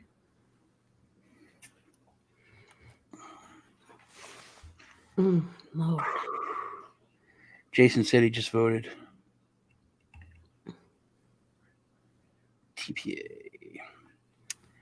TPA voted.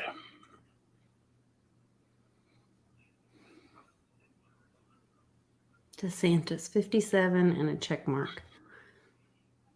Reporting 73%. So it looks like DeSantis won. Yeah, DeSantis going to win.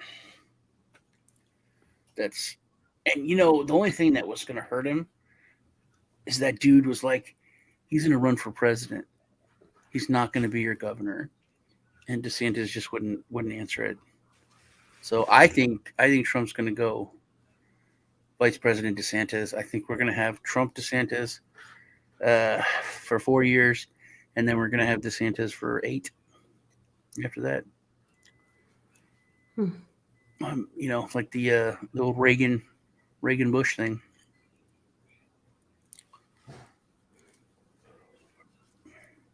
We'll see. I think we're going to go to like nation states, and I don't think it's going to matter. I don't know, man. I don't know. I don't think people are that. I think we're going to have USMCA. I think Make America Great Again is going to be Canada, US, Mexico is going to be like the European countries are right now, like Russia, all that. Like that's going to be North America. Is going to be America. I don't think people in a lot of states though have the mindset that you do and I do. It's going to get there because it's going to get real painful when the banks fail. Yeah, and I think they're going to turn towards the federal government. I think like Minnesota there's a lot of Amish people there. I don't know. I think they're going to go local, and that's where then you're going to have local economies, and it's going to be messy. I just think. And why is the Mint texting me? Because they want your money. They want your money. They want that premium. They're not supposed to be making any money on it. Yeah, they're making buttloads. They're selling you not supposed to. An ounce of silver for 3 times as much. They're making money. No, they're not supposed to. All right, what do we got here? Let's see. It is a lot bluer than I thought it would be. Georgia is 30% reporting, and Abrams is still beating Walker. Rubio. Wait, you're not screen sharing. You're talking about. I'm just talking. I can share if you want me to. If you're going to talk about it, you should share. All right, fine. Sharing is caring. So, over 75%.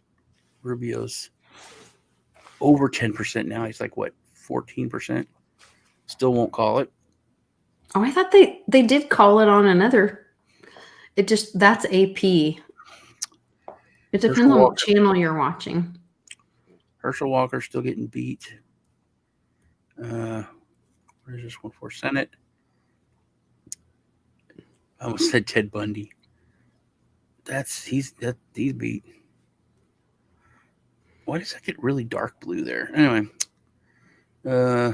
It must be just one seat. Maryland, they're calling it for the Democrat. Fetterman still 84%.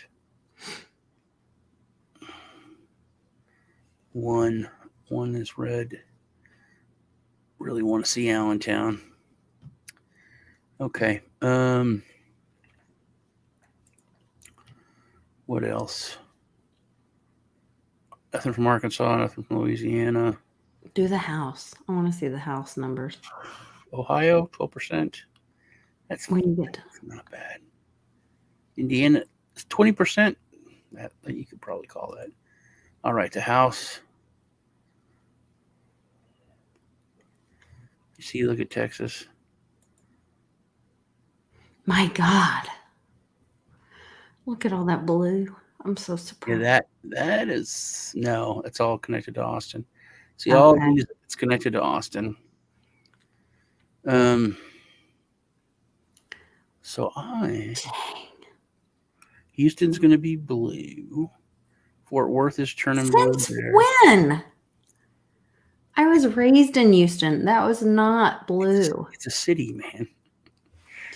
I'm telling you, cities are. Miami went really, really blue there. Wow. Palm Beach is blue. Orlando went blue. Tallahassee flipped. Is that where they're shipping in all the migrants? I don't know. Is that why they're blue? This is massive gay. So there's like a lot really super, super liberal area. Oh, okay. What's yellow? Yeah. Down there. Mobile. Oh, Independent. Is that what yellow is? Is it? Is it? I guess. I don't know. I don't know where the map is. No. Or the key to the map. They're not showing it, so. Wait, what does that say in the middle there? One leads, where it says right below, like if you drop straight line down from Florida, it says leads. Oh, and there's leads. a yellow. Yeah. What does that mean? It's a 1, and these are leads. What does that mean? What's a lead? That would mean the blue leads, red leads. It doesn't say who leads. Independent, I guess. But I'm just guessing. How weird. Georgia picked up two seats. Leading. Yeah, no, they picked, that's blue. That's called. That one. Atlanta. Oh, ones. Athens is leaning this way.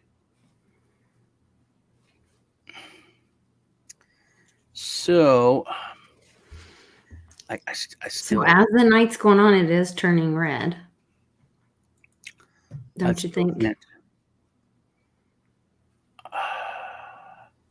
Oh, wait. Some of the East Coast is coming in. Vermont, New Hampshire, Connecticut. Well, these are flipping for governors. Well, no, you know what? States, they like to have liberals in Washington, but they always want their state run by conservatives. So they do tend to usually vote more conservative when it comes to governors. Really? Yeah, because that's their life, man. That's how they live. They don't want high taxes. They don't want all that kind of crap. That's fine for other people, but not, Connecticut, wow. That's a pretty big lead. Still only 1% though. 3% reporting. That just flipped. Mm-hmm. Yeah, Rhode Island. It's not even a state. It's a New Hampshire. It's a town. Part New York. All right. That's a close one. New Hampshire's actually pretty close. Vermont, good Lord. What is it? 5%? That's a decent amount. Maine is 56% showing 0% reporting. With 0% reporting. That's incredible. Look at this. Look at this. Look at Texas. Texas is blue. I'm glad we're recording this. Texas is blue. The entire state. But it's leading blue. Yeah, but it's just look it's at that. Only Austin that. is really turned in. Austin and Dallas. That's it. And Dallas is showing up mostly red, right? So Dallas is 100%. Oh no, Dallas is blue and Austin is blue. Fort Worth is flipped like twice. So okay, so the numbers are the percentages are coming in. To see that TX that's disgusting. That is Yeah. weird. That is weird, man. Yeah. That's what The everyone's world is talking upside about it down. being a purple state, man. Texas is gonna be a purple state.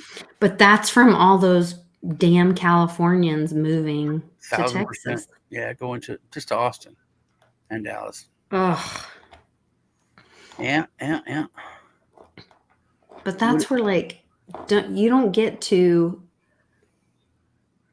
move out of, like, destroy something with your ideas and your votes and your all that, and then go, oh, like that's like a kid destroying their bedroom and never cleaning it, and then like being like, ugh, this is gross, I don't want to live in here, and then move to the next room, to their siblings' room. Yeah, to their siblings' room and start messing it up. Yeah. And the parents allowing it. But yeah, that's it. Tennessee's called for governor. Yes, governor. So Tennessee, Alabama, and Italy. Florida are called. With 5% reporting, it's called 5%. Florida, DeSantis is called with 78. But let's see if they're going to call Rubio. They did finally call Rubio. But this is on Senate. You're clicked on Senate. I was on governor, but yeah. So, but remember, they wouldn't call Rubio. He was ahead by like 25 points at 77% or 7. Yeah, and now he's not even ahead by 25 points anymore. But they called it. So okay. Oklahoma, red. Kansas, that's gonna be red. Is leading. Kentucky is Rand Paul. We knew that. Virginia election. So Louisiana, Arkansas. Is Rand Paul related to Ron Paul? No. I wondered. No. They do look similar, don't they? Well, I just wondered with last name Paul and similar ideas. Amy Duck, she has won with 4%. I don't think they'll call that 4%, but what do you got in Illinois? You got Chicago. What? They called it with Chicago being red. Chicago is red? They called it with Chicago being red. That doesn't make sense. No. That doesn't make sense. Well, Simpsons called it Springfield. That doesn't make any sense. For them to call that just how much? What's the percentage reporting? It's like nothing. That's why I clicked on it. 4%. 4% without Chicago, with Chicago leaning in red. That doesn't make any sense whatsoever. That they would, I can understand them, saying, but not calling. They called it. Look, it's checked. It's blue. That doesn't make any sense at all. Okay, this to me delegitimizes the Associated Press. Chicago, boom. That's all that does to me. Look at that. Chicago still red, and they called the governor. Okay, we need to check a new source. That is odd.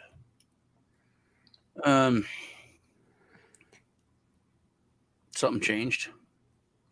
This is just complete idiocracy. Here we go. Corpus Christi came in, and some of these other counties came in. And I don't know why they keep throwing back. Oklahoma. See? That's what I said when you saw Texas. Ooh, now you see Oklahoma, but it's weird, isn't it? No. Mm-mm. Who are you looking at? Governor. Okay, so just so you know, Joy Hoffmeister used to be a Republican, but she was over education in Oklahoma. She did a terrible job. She bankrupted our education. The state auditor did a huge audit on our education in the state of Oklahoma, and there's all of this missing money, misappropriated. Like, she did a terrible, terrible job. Her name does translate into station master. Hoffmeister? Yeah. That's German for station master. Hoff. Well, I'm just telling you. Lecture master. It's funny. It's a bad deal for Tulsa has Oklahoma. not been called, or Oklahoma City. Either one of them. And it's Tulsa's pretty liberal. they're leaning. It's blue. Like- That's weird. Yeah, Tulsa would not surprise me if it's blue. But Oklahoma City should be red. And Governor Stitt is a constitutional governor. We have a constitutional sheriff in Look, you have to Oklahoma. zoom in just to see Rhode Island. It's 27% of the vote, and it's not even 100,000 each. This I was is going to like, say this is literally- 62,000 people. This is like a big. That's like town. smaller than my town. Yeah, Yeah. it's like a big town. Yes. Okay. Maybe that's how things should be, though. Maybe it should be like smaller and more accountable.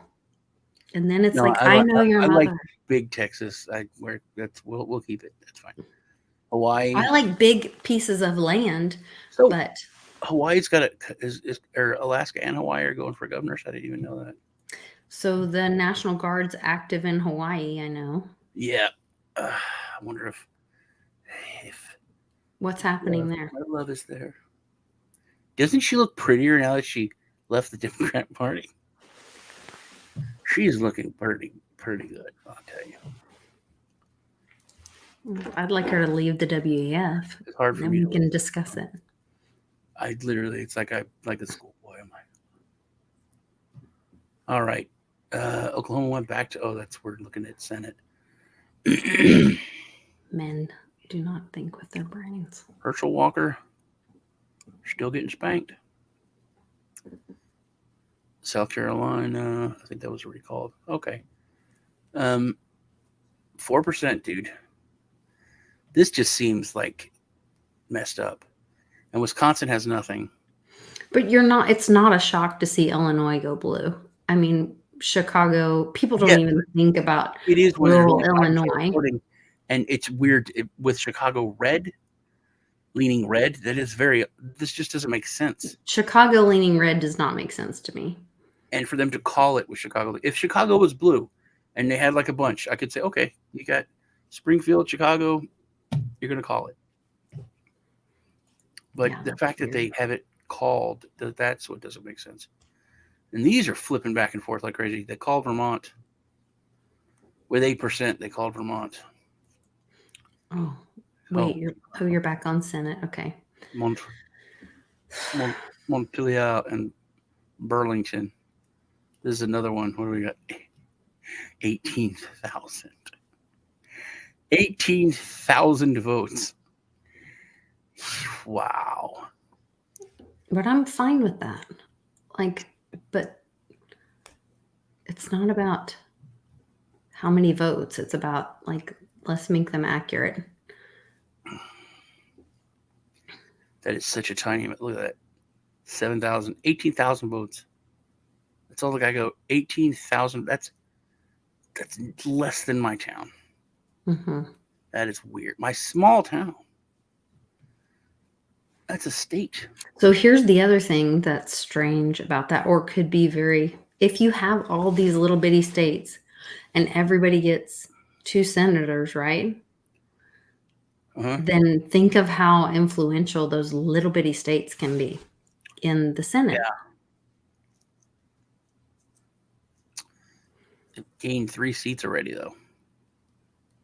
Yeah, the Senate can be swayed quickly in those little bitty states. Here, they're not calling this race. They're not calling the House. Maine showing red. That is weird. I'm with you on the, did you count if one ballot went through the counter? Yeah. Then why is it not counting in the Senate race, the House race, and the governor race? Unless people are like, I'm only going to vote for the governor. I don't care about the rest of the country. Which is possible, I guess. I don't know if that's even a thing, or if it would come up as a like error. I don't know. Alabama's weird, man. That is That must be independent. Or That's the Mississippi, though, right? That's the mouth of the Mississippi. Mobile? or it could be, the kinfolk who are related to each other. Don't talk about people like that. Mobile, Alabama are. It's Mobile, man. They're like responsible for all of the racism in the 60s. Them and is it Montgomery? That's the Democrat Party that started the KKK. Yes, I know all that. Okay, well, don't blame a city. Don't be mean to them. It's not a city or a place. It's an idea or a set of ideas. What are we looking at? House. Tulsa's leaning blue. Oklahoma City. That is blue. a lie. That is a straight up lie. I can tell you that. So dude, look at this.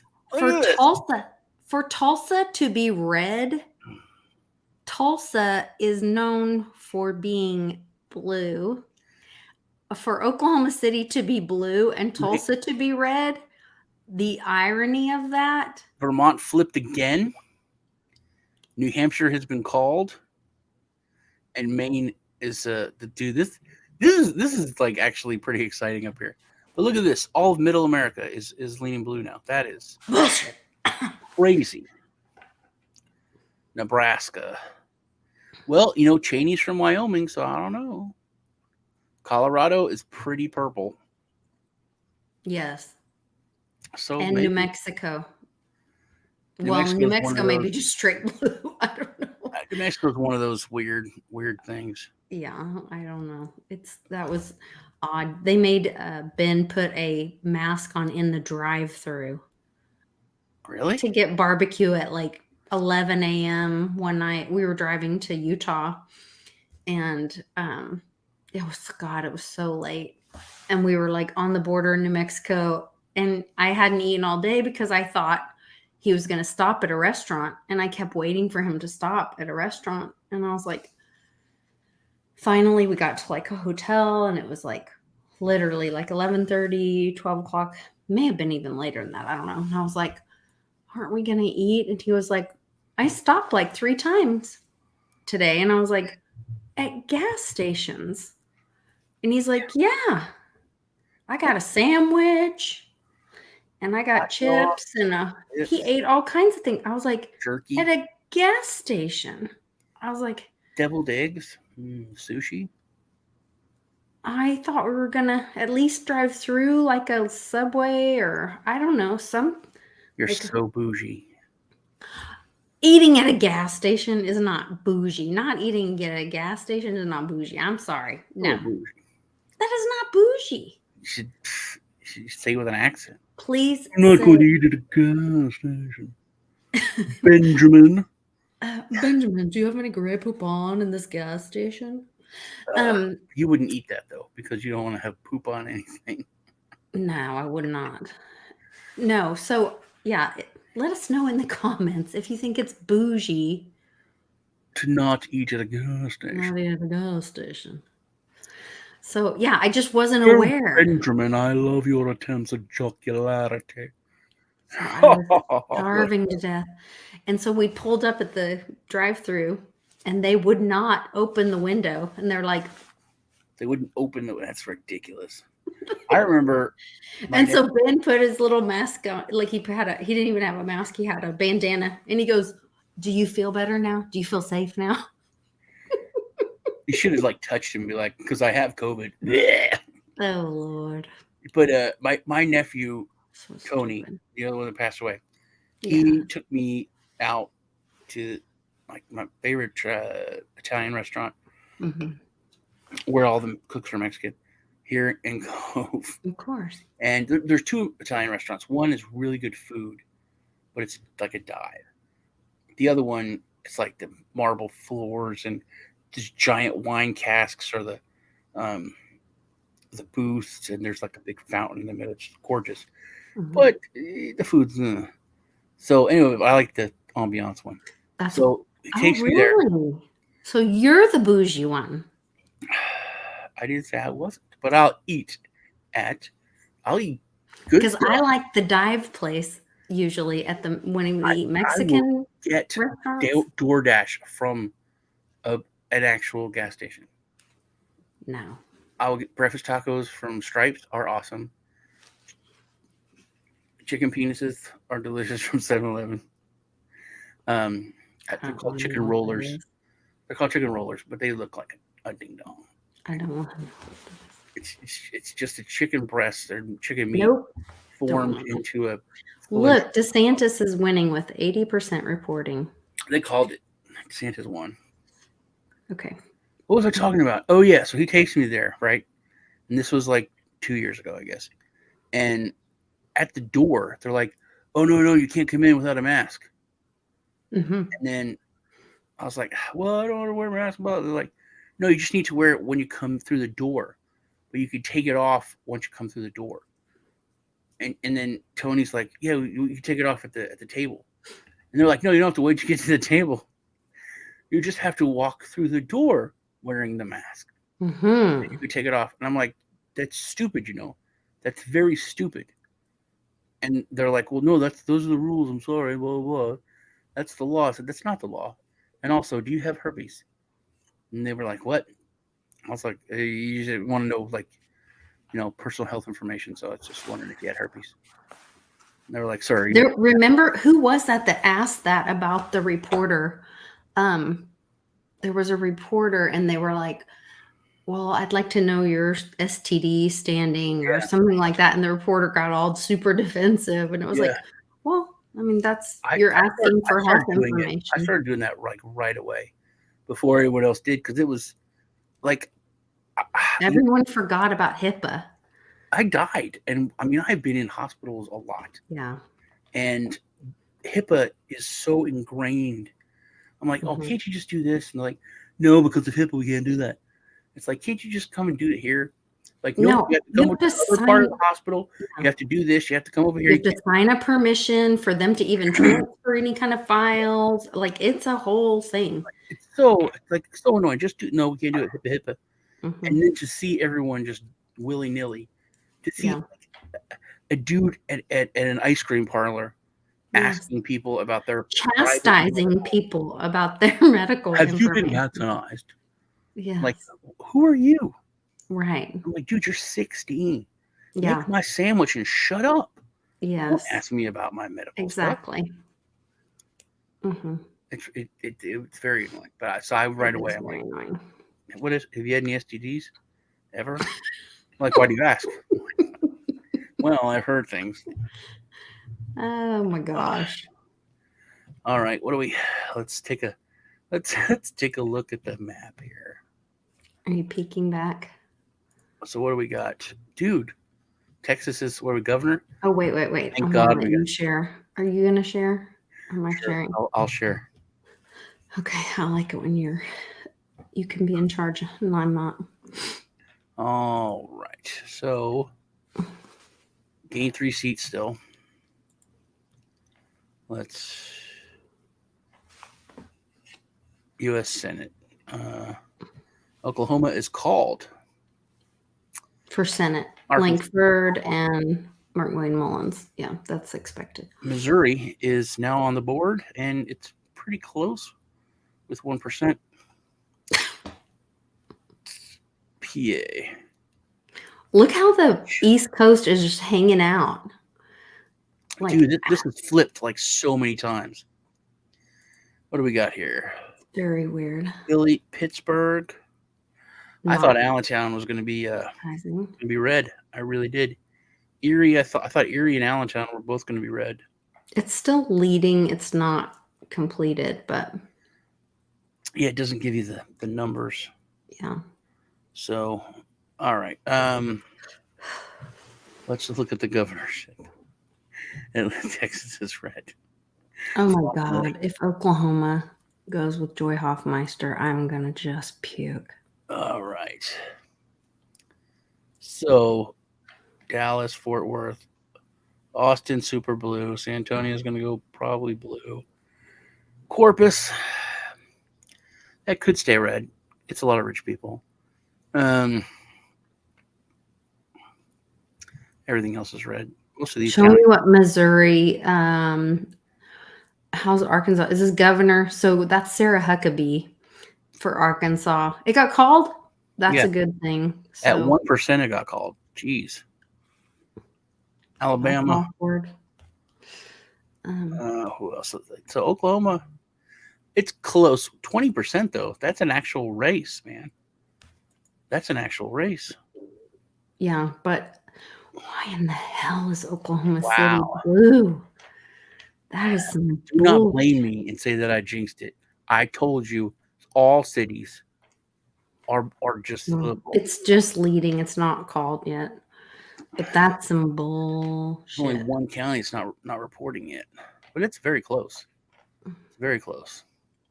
Kansas, 12% with that big of a lead. That is pretty surprising. New Hampshire, Vermont, Maine. What are we at? Still 1%. How do these little damn countries, these little damn states, only have 1%? 11%. It's Ohio's got 30%, for God's sake. Get your crap together, Maine. So that's a good 10-point lead. That's ridiculous. Is it still just Philadelphia, Pittsburgh, Allentown? It's like it's stalled out. Yeah. It's just not really making progress. And what about the Senate? What is it? Oz has 18%. Yeah, that's real. See, that's the thing, man. That's where they screw up. They shouldn't. No, I can't really say that because former vice president is in office. Nobody loved him. I know people that are ultra liberal. I mean, super liberal. Still, my ex-girlfriend lives in North Carolina or South Carolina. Ultra liberal, and nobody loved Biden.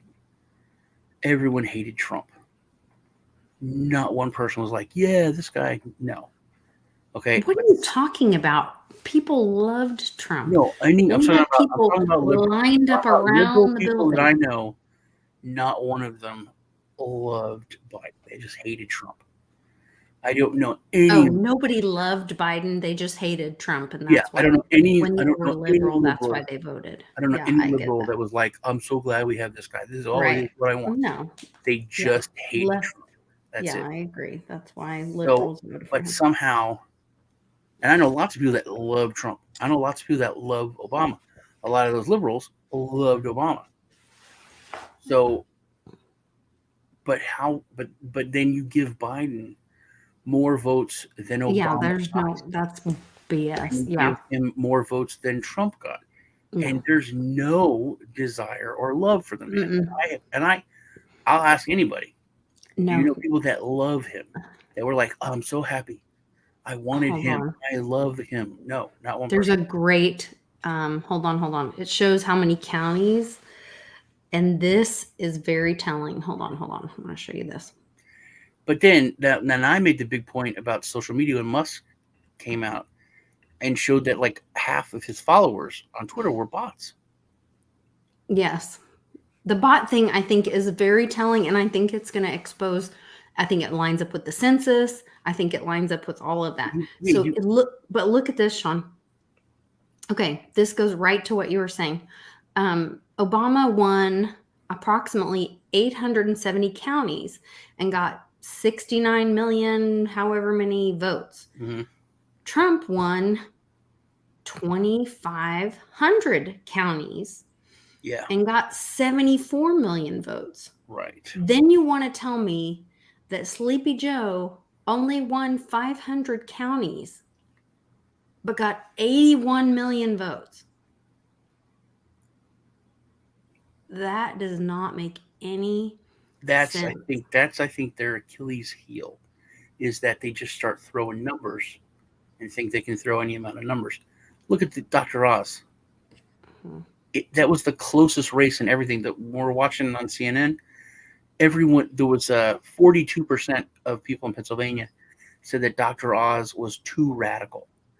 And then then people surveyed, 42% said that Fetterman was too radical. Everything is split right down the middle. And now you're telling me it's 82% for Fetterman and 18% for that. Doesn't, they screw themselves. I mean, like, was it Mark Twain said, it's easier to tell the truth because if you lie, you have so much you have to remember and so much you have to keep track of. That's literally what they're doing. Yeah. Yep. I'm with you. Okay. Any updates? For what do we got? Senate? Oh, is this me or you?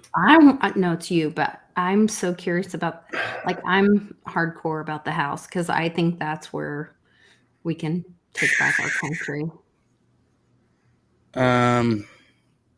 North Dakota is coming in now with a substantial amount. North Dakota's probably going to go red. South Dakota, no results yet. Okay. No changes here. Illinois, let's take a look at this again. Chicago went blue. Okay. But you're on Senate. I know, but it was still red. So that was. Oh, okay. You were giggling about that. Yeah, at least that makes more sense. Mm-hmm. All right. House 34-21 gained 4 seats. They gained another one. So that was they were up 3. Now they gained 4. That looks way more realistic to me.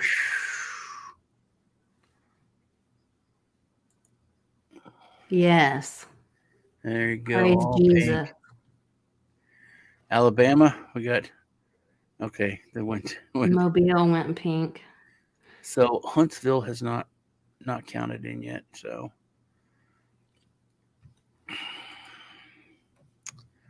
All right. I'm still not expecting to know the results tonight, to be totally honest. See, look, PA. Pittsburgh, I anticipate a blue. But that's a steel town, man.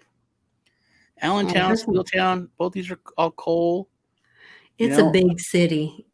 Pittsburgh is kind of a big city, but Allentown is not. It's a very blue collar city. But Philadelphia, yeah, big city. Hey, look, down the shore they went red. It makes me. I thought they would. That's nice. Going red down the shore. Okay. Texas, San Antonio, Houston, still nothing. El Paso is. I was going in tight on that. That's Beto's hometown. Beto's hometown, yeah. This isn't David Nino Rodriguez from there. I don't know, but surely this is so sparsely populated here. You have no idea. That's true. Yeah, I do have an idea. Like people can do crime there because they can't afford to have a trial. It's so poor. I have a ranch out there, and it's insane. Actually, fun fact: Bernie we could do a meetup out there. We could do it by my house at Topsy Exotic Ranch. No, but out here in El Paso by Sierra Blanca, where my ranch is, Bernie Sanders dumped nuclear waste there. Mm-hmm.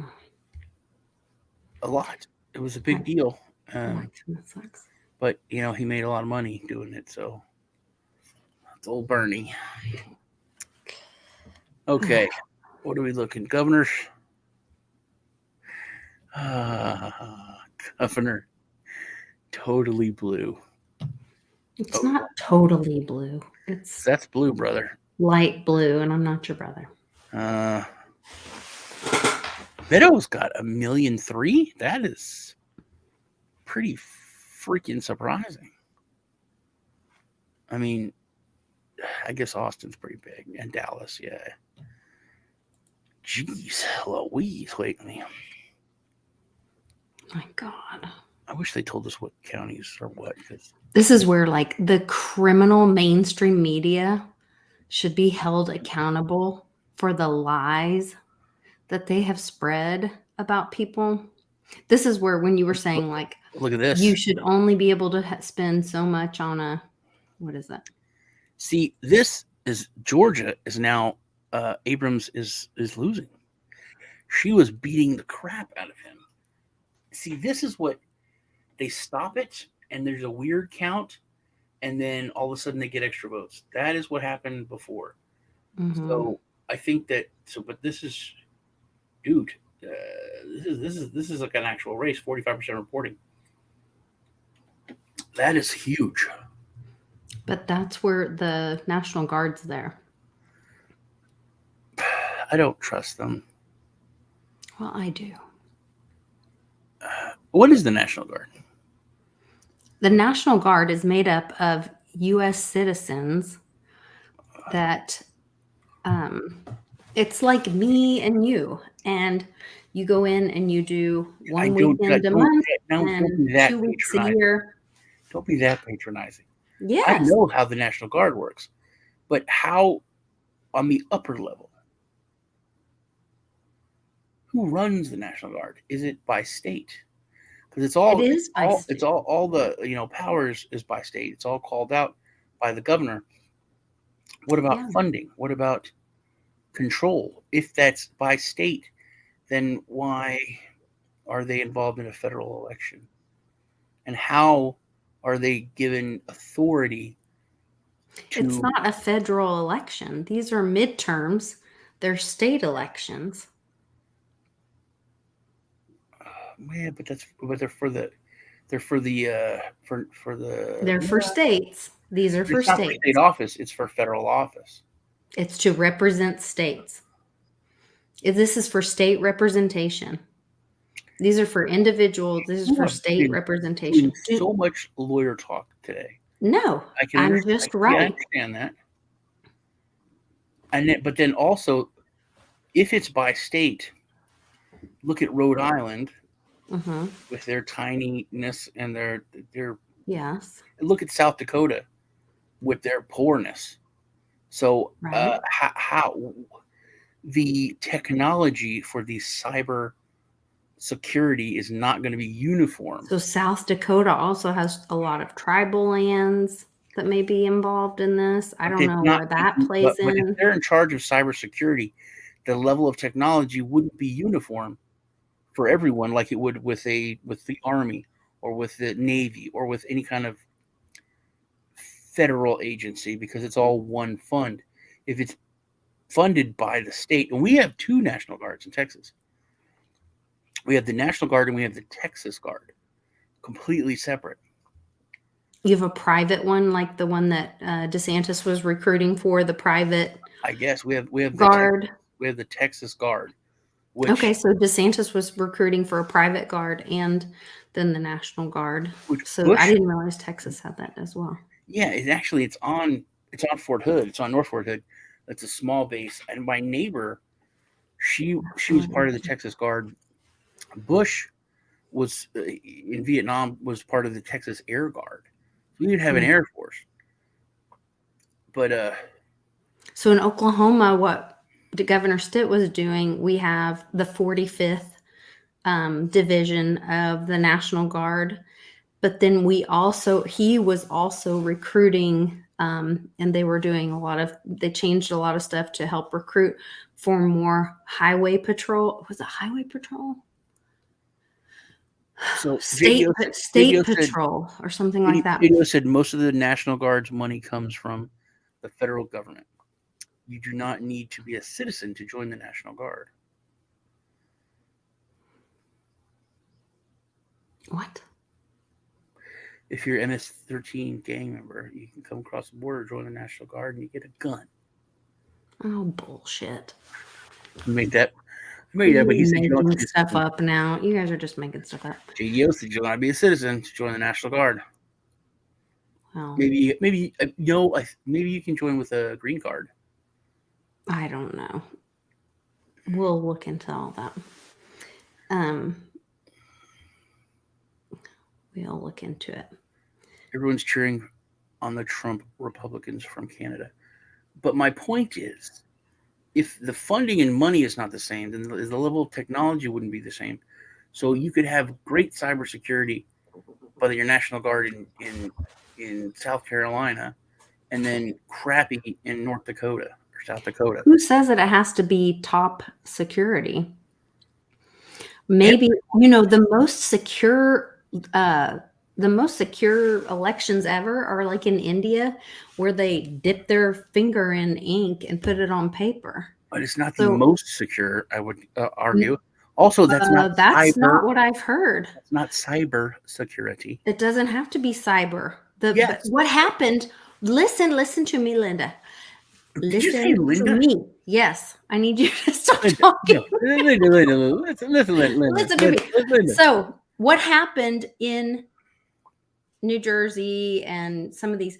They said that they were having trouble with the machines, and the machines stopped working. But then, what was the alternative? They started using paper ballots.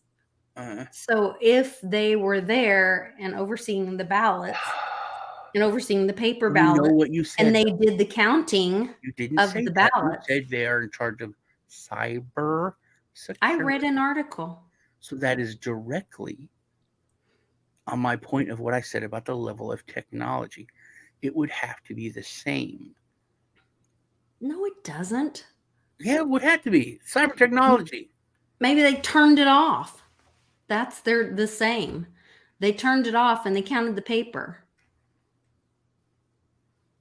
Maybe it's all watermarked. You're annoying me. No, that's not cybersecurity. It could be that's that just they're all water. They checked analog. the watermark. That is the definition of analog, is turning it off. They turned it off. Once they turn it off, they're not charged anymore. And then they scanned the paper for the watermark to make sure it was the right ballot, an accurate ballot. Obviously, and they counted obviously you're working for the National Guard and they paid you. So, okay, fine.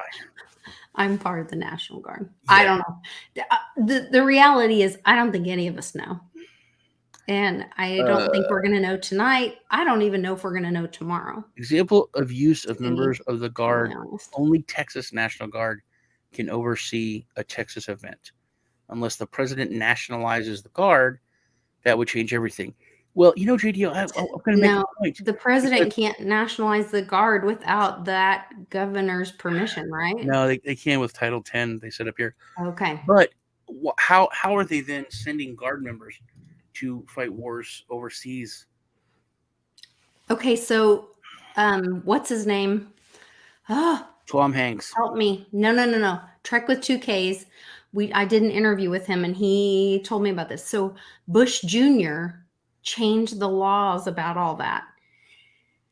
And he was like, people don't even know that so many, it was illegal for the longest time. Guard members should never be sent overseas to be fighting war. That was completely illegal. It's in the name, National Guard. Yeah, they should be staying in like the nation. Coast Guard, and they're going to the They should never be leaving. But Bush Jr. changed it, and so it was to make our military look bigger than it was, and to show that. Anyway, it was this whole thing, and check out that interview that I did with Trek with 2 Ks. He goes way into, explains the whole thing, and talks about how that was all misused and that our Guard has been misused for a long time, and that they were sent around to do different jobs, and you could tell by their badge, like they would be serving under different things of military. 2 governor seats? What? Oh, he's seeing on the if you look at the AP report on the coast, see the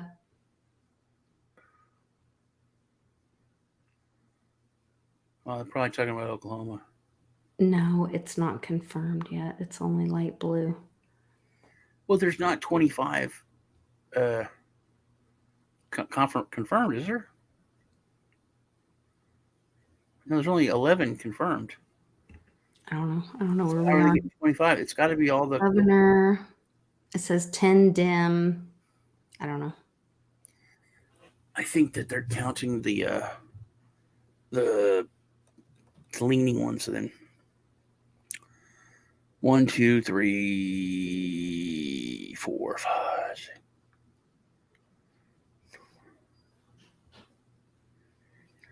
Yeah, they're counting all the uncalled ones. Ah, So that's how. okay. Okay. Yeah, don't jump ahead. Let's see. Senate. What are we looking at? Oklahoma called. We already called that. North Dakota, South Dakota have been called with 1% and 0%. They called it with 0%. Okay. Illinois. See, that's an actual race, dude. 13%. And that's a real race. That's, what is that? But why is it called already without Yeah, they called it at Peoria? 40% is the Republicans holding on to, and so much hasn't been reported. Missouri, 5%. That might go. PA, Oz is up. Yeah, you heard me, huh? Yeah, you can't make him lose by that much. That's ridiculous. New York, called. Went from nothing to being called. Almost 80%. Wow. Maryland called. Connecticut called. Rhode Island, no election. Florida, they called him. Louisiana, no results. Isn't there? Yeah, they've got stuff. Still 4 seats gained in for the GOP and governors. Wyoming has been called. I have to tell you, like, Oklahoma's in trouble if Stitt doesn't win. We will be in a Mary Fallon situation again if we got Joy Hoffmeister as the governor in Oklahoma. It's close, man. Look at it. It's 49 to 48. Jesus. It is so close. What is that? That we are in trouble. 4,000 people. We are in serious trouble. And Kansas, wow, Kansas is like, there's way more corn than people in Kansas, man. It's still under 100,000 people. I'm surprised that Beto's got that big of a I mean, he's losing. I don't have a way to take calls, Flava Flav. Sorry. Georgia. I don't know how to do that. If somebody knows how to do that, they can. And they're pushing this Georgia race is close. See, this is what Pennsylvania should look like, you know.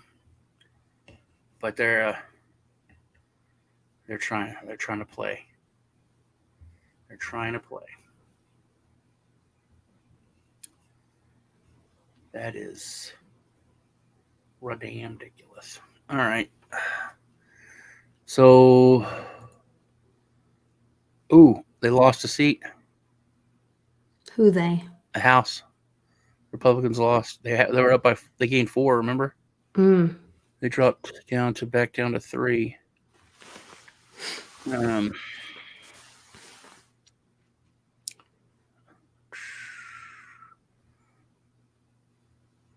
Okay. And Senate.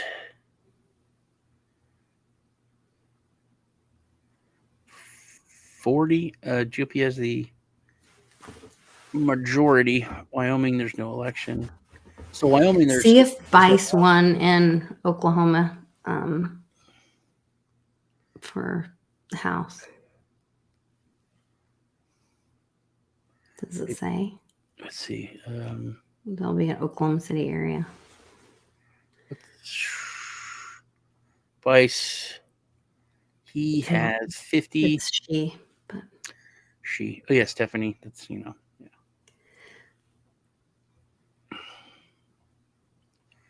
So yeah, pretty. What's 58%, 22% reporting? Okay. It's a decent lead because this independent guy, it's got almost 3%, 3.5%. See, that's the thing where people get pissed off and then they vote independent as just like a little I'm mad at the world thing. And then Yeah. I mean, if he's like a libertarian, then they could take it. They could screw her worse. Stephanie loses. But if he's like a super ultra liberal, or I want to legalize I don't heroin, know. then he could hurt them. Hmm. I don't know about David Frosch. Hmm. Oklahoma, 58-41. That's pretty handy. Frank Lucas. That's really handy. Josh Brecheen called. And Kevin Hearn. That's a close one. Very close. These independents, man, they're getting, I mean, enough of the vote to whichever one they're pulling from is going to hurt them. Mm-hmm. What does Evelyn Rogers say? Evelyn Rogers is dead. Wow, that's concerning. I'm sorry about that, Evelyn Rogers. Wait a minute. Is that her? That doesn't look like her. Doesn't it look like her? Yeah. Did they make a joke? Oh, no, here she is. Her hair. No, okay, there.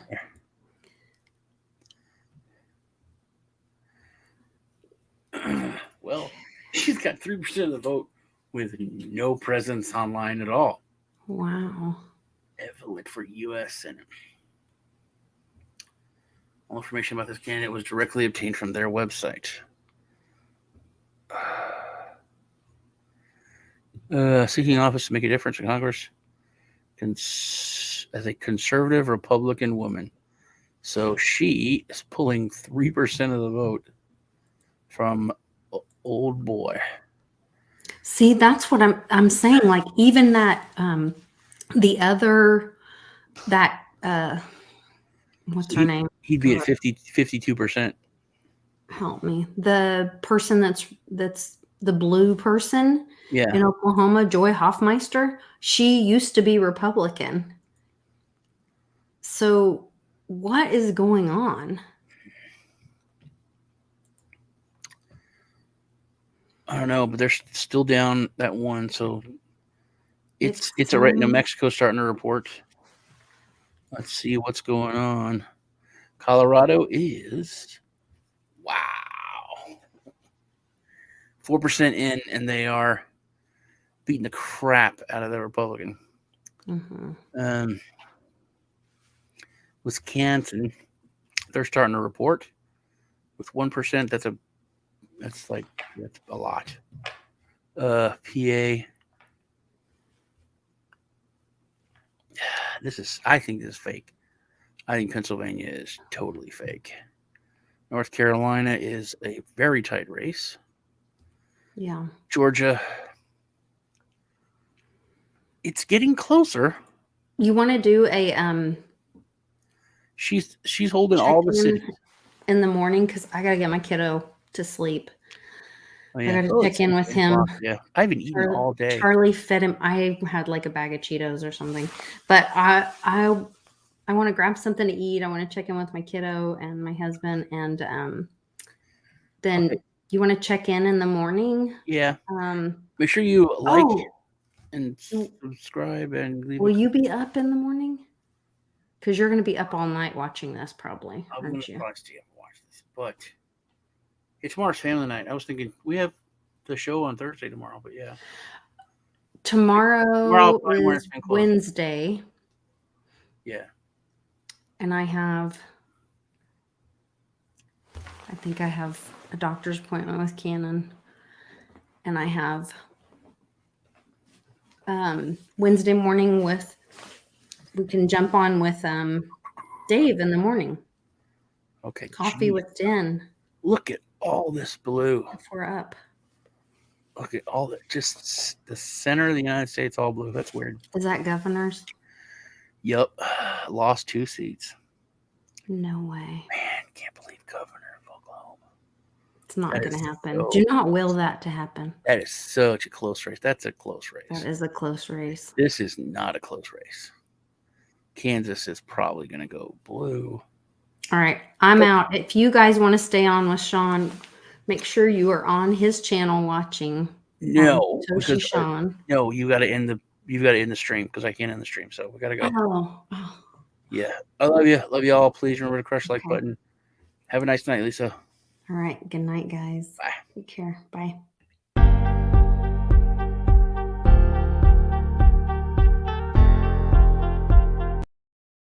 America is not the government, people. The America is you. It is the Grand fucking Canyon, the Rocky Mountains, the deserts of the Southwest, the Pacific fucking Ocean, the Atlantic fucking Ocean. It is the grandest continent. And what the fuck have you people done? You have turned yourself into sheep, every goddamn one of you.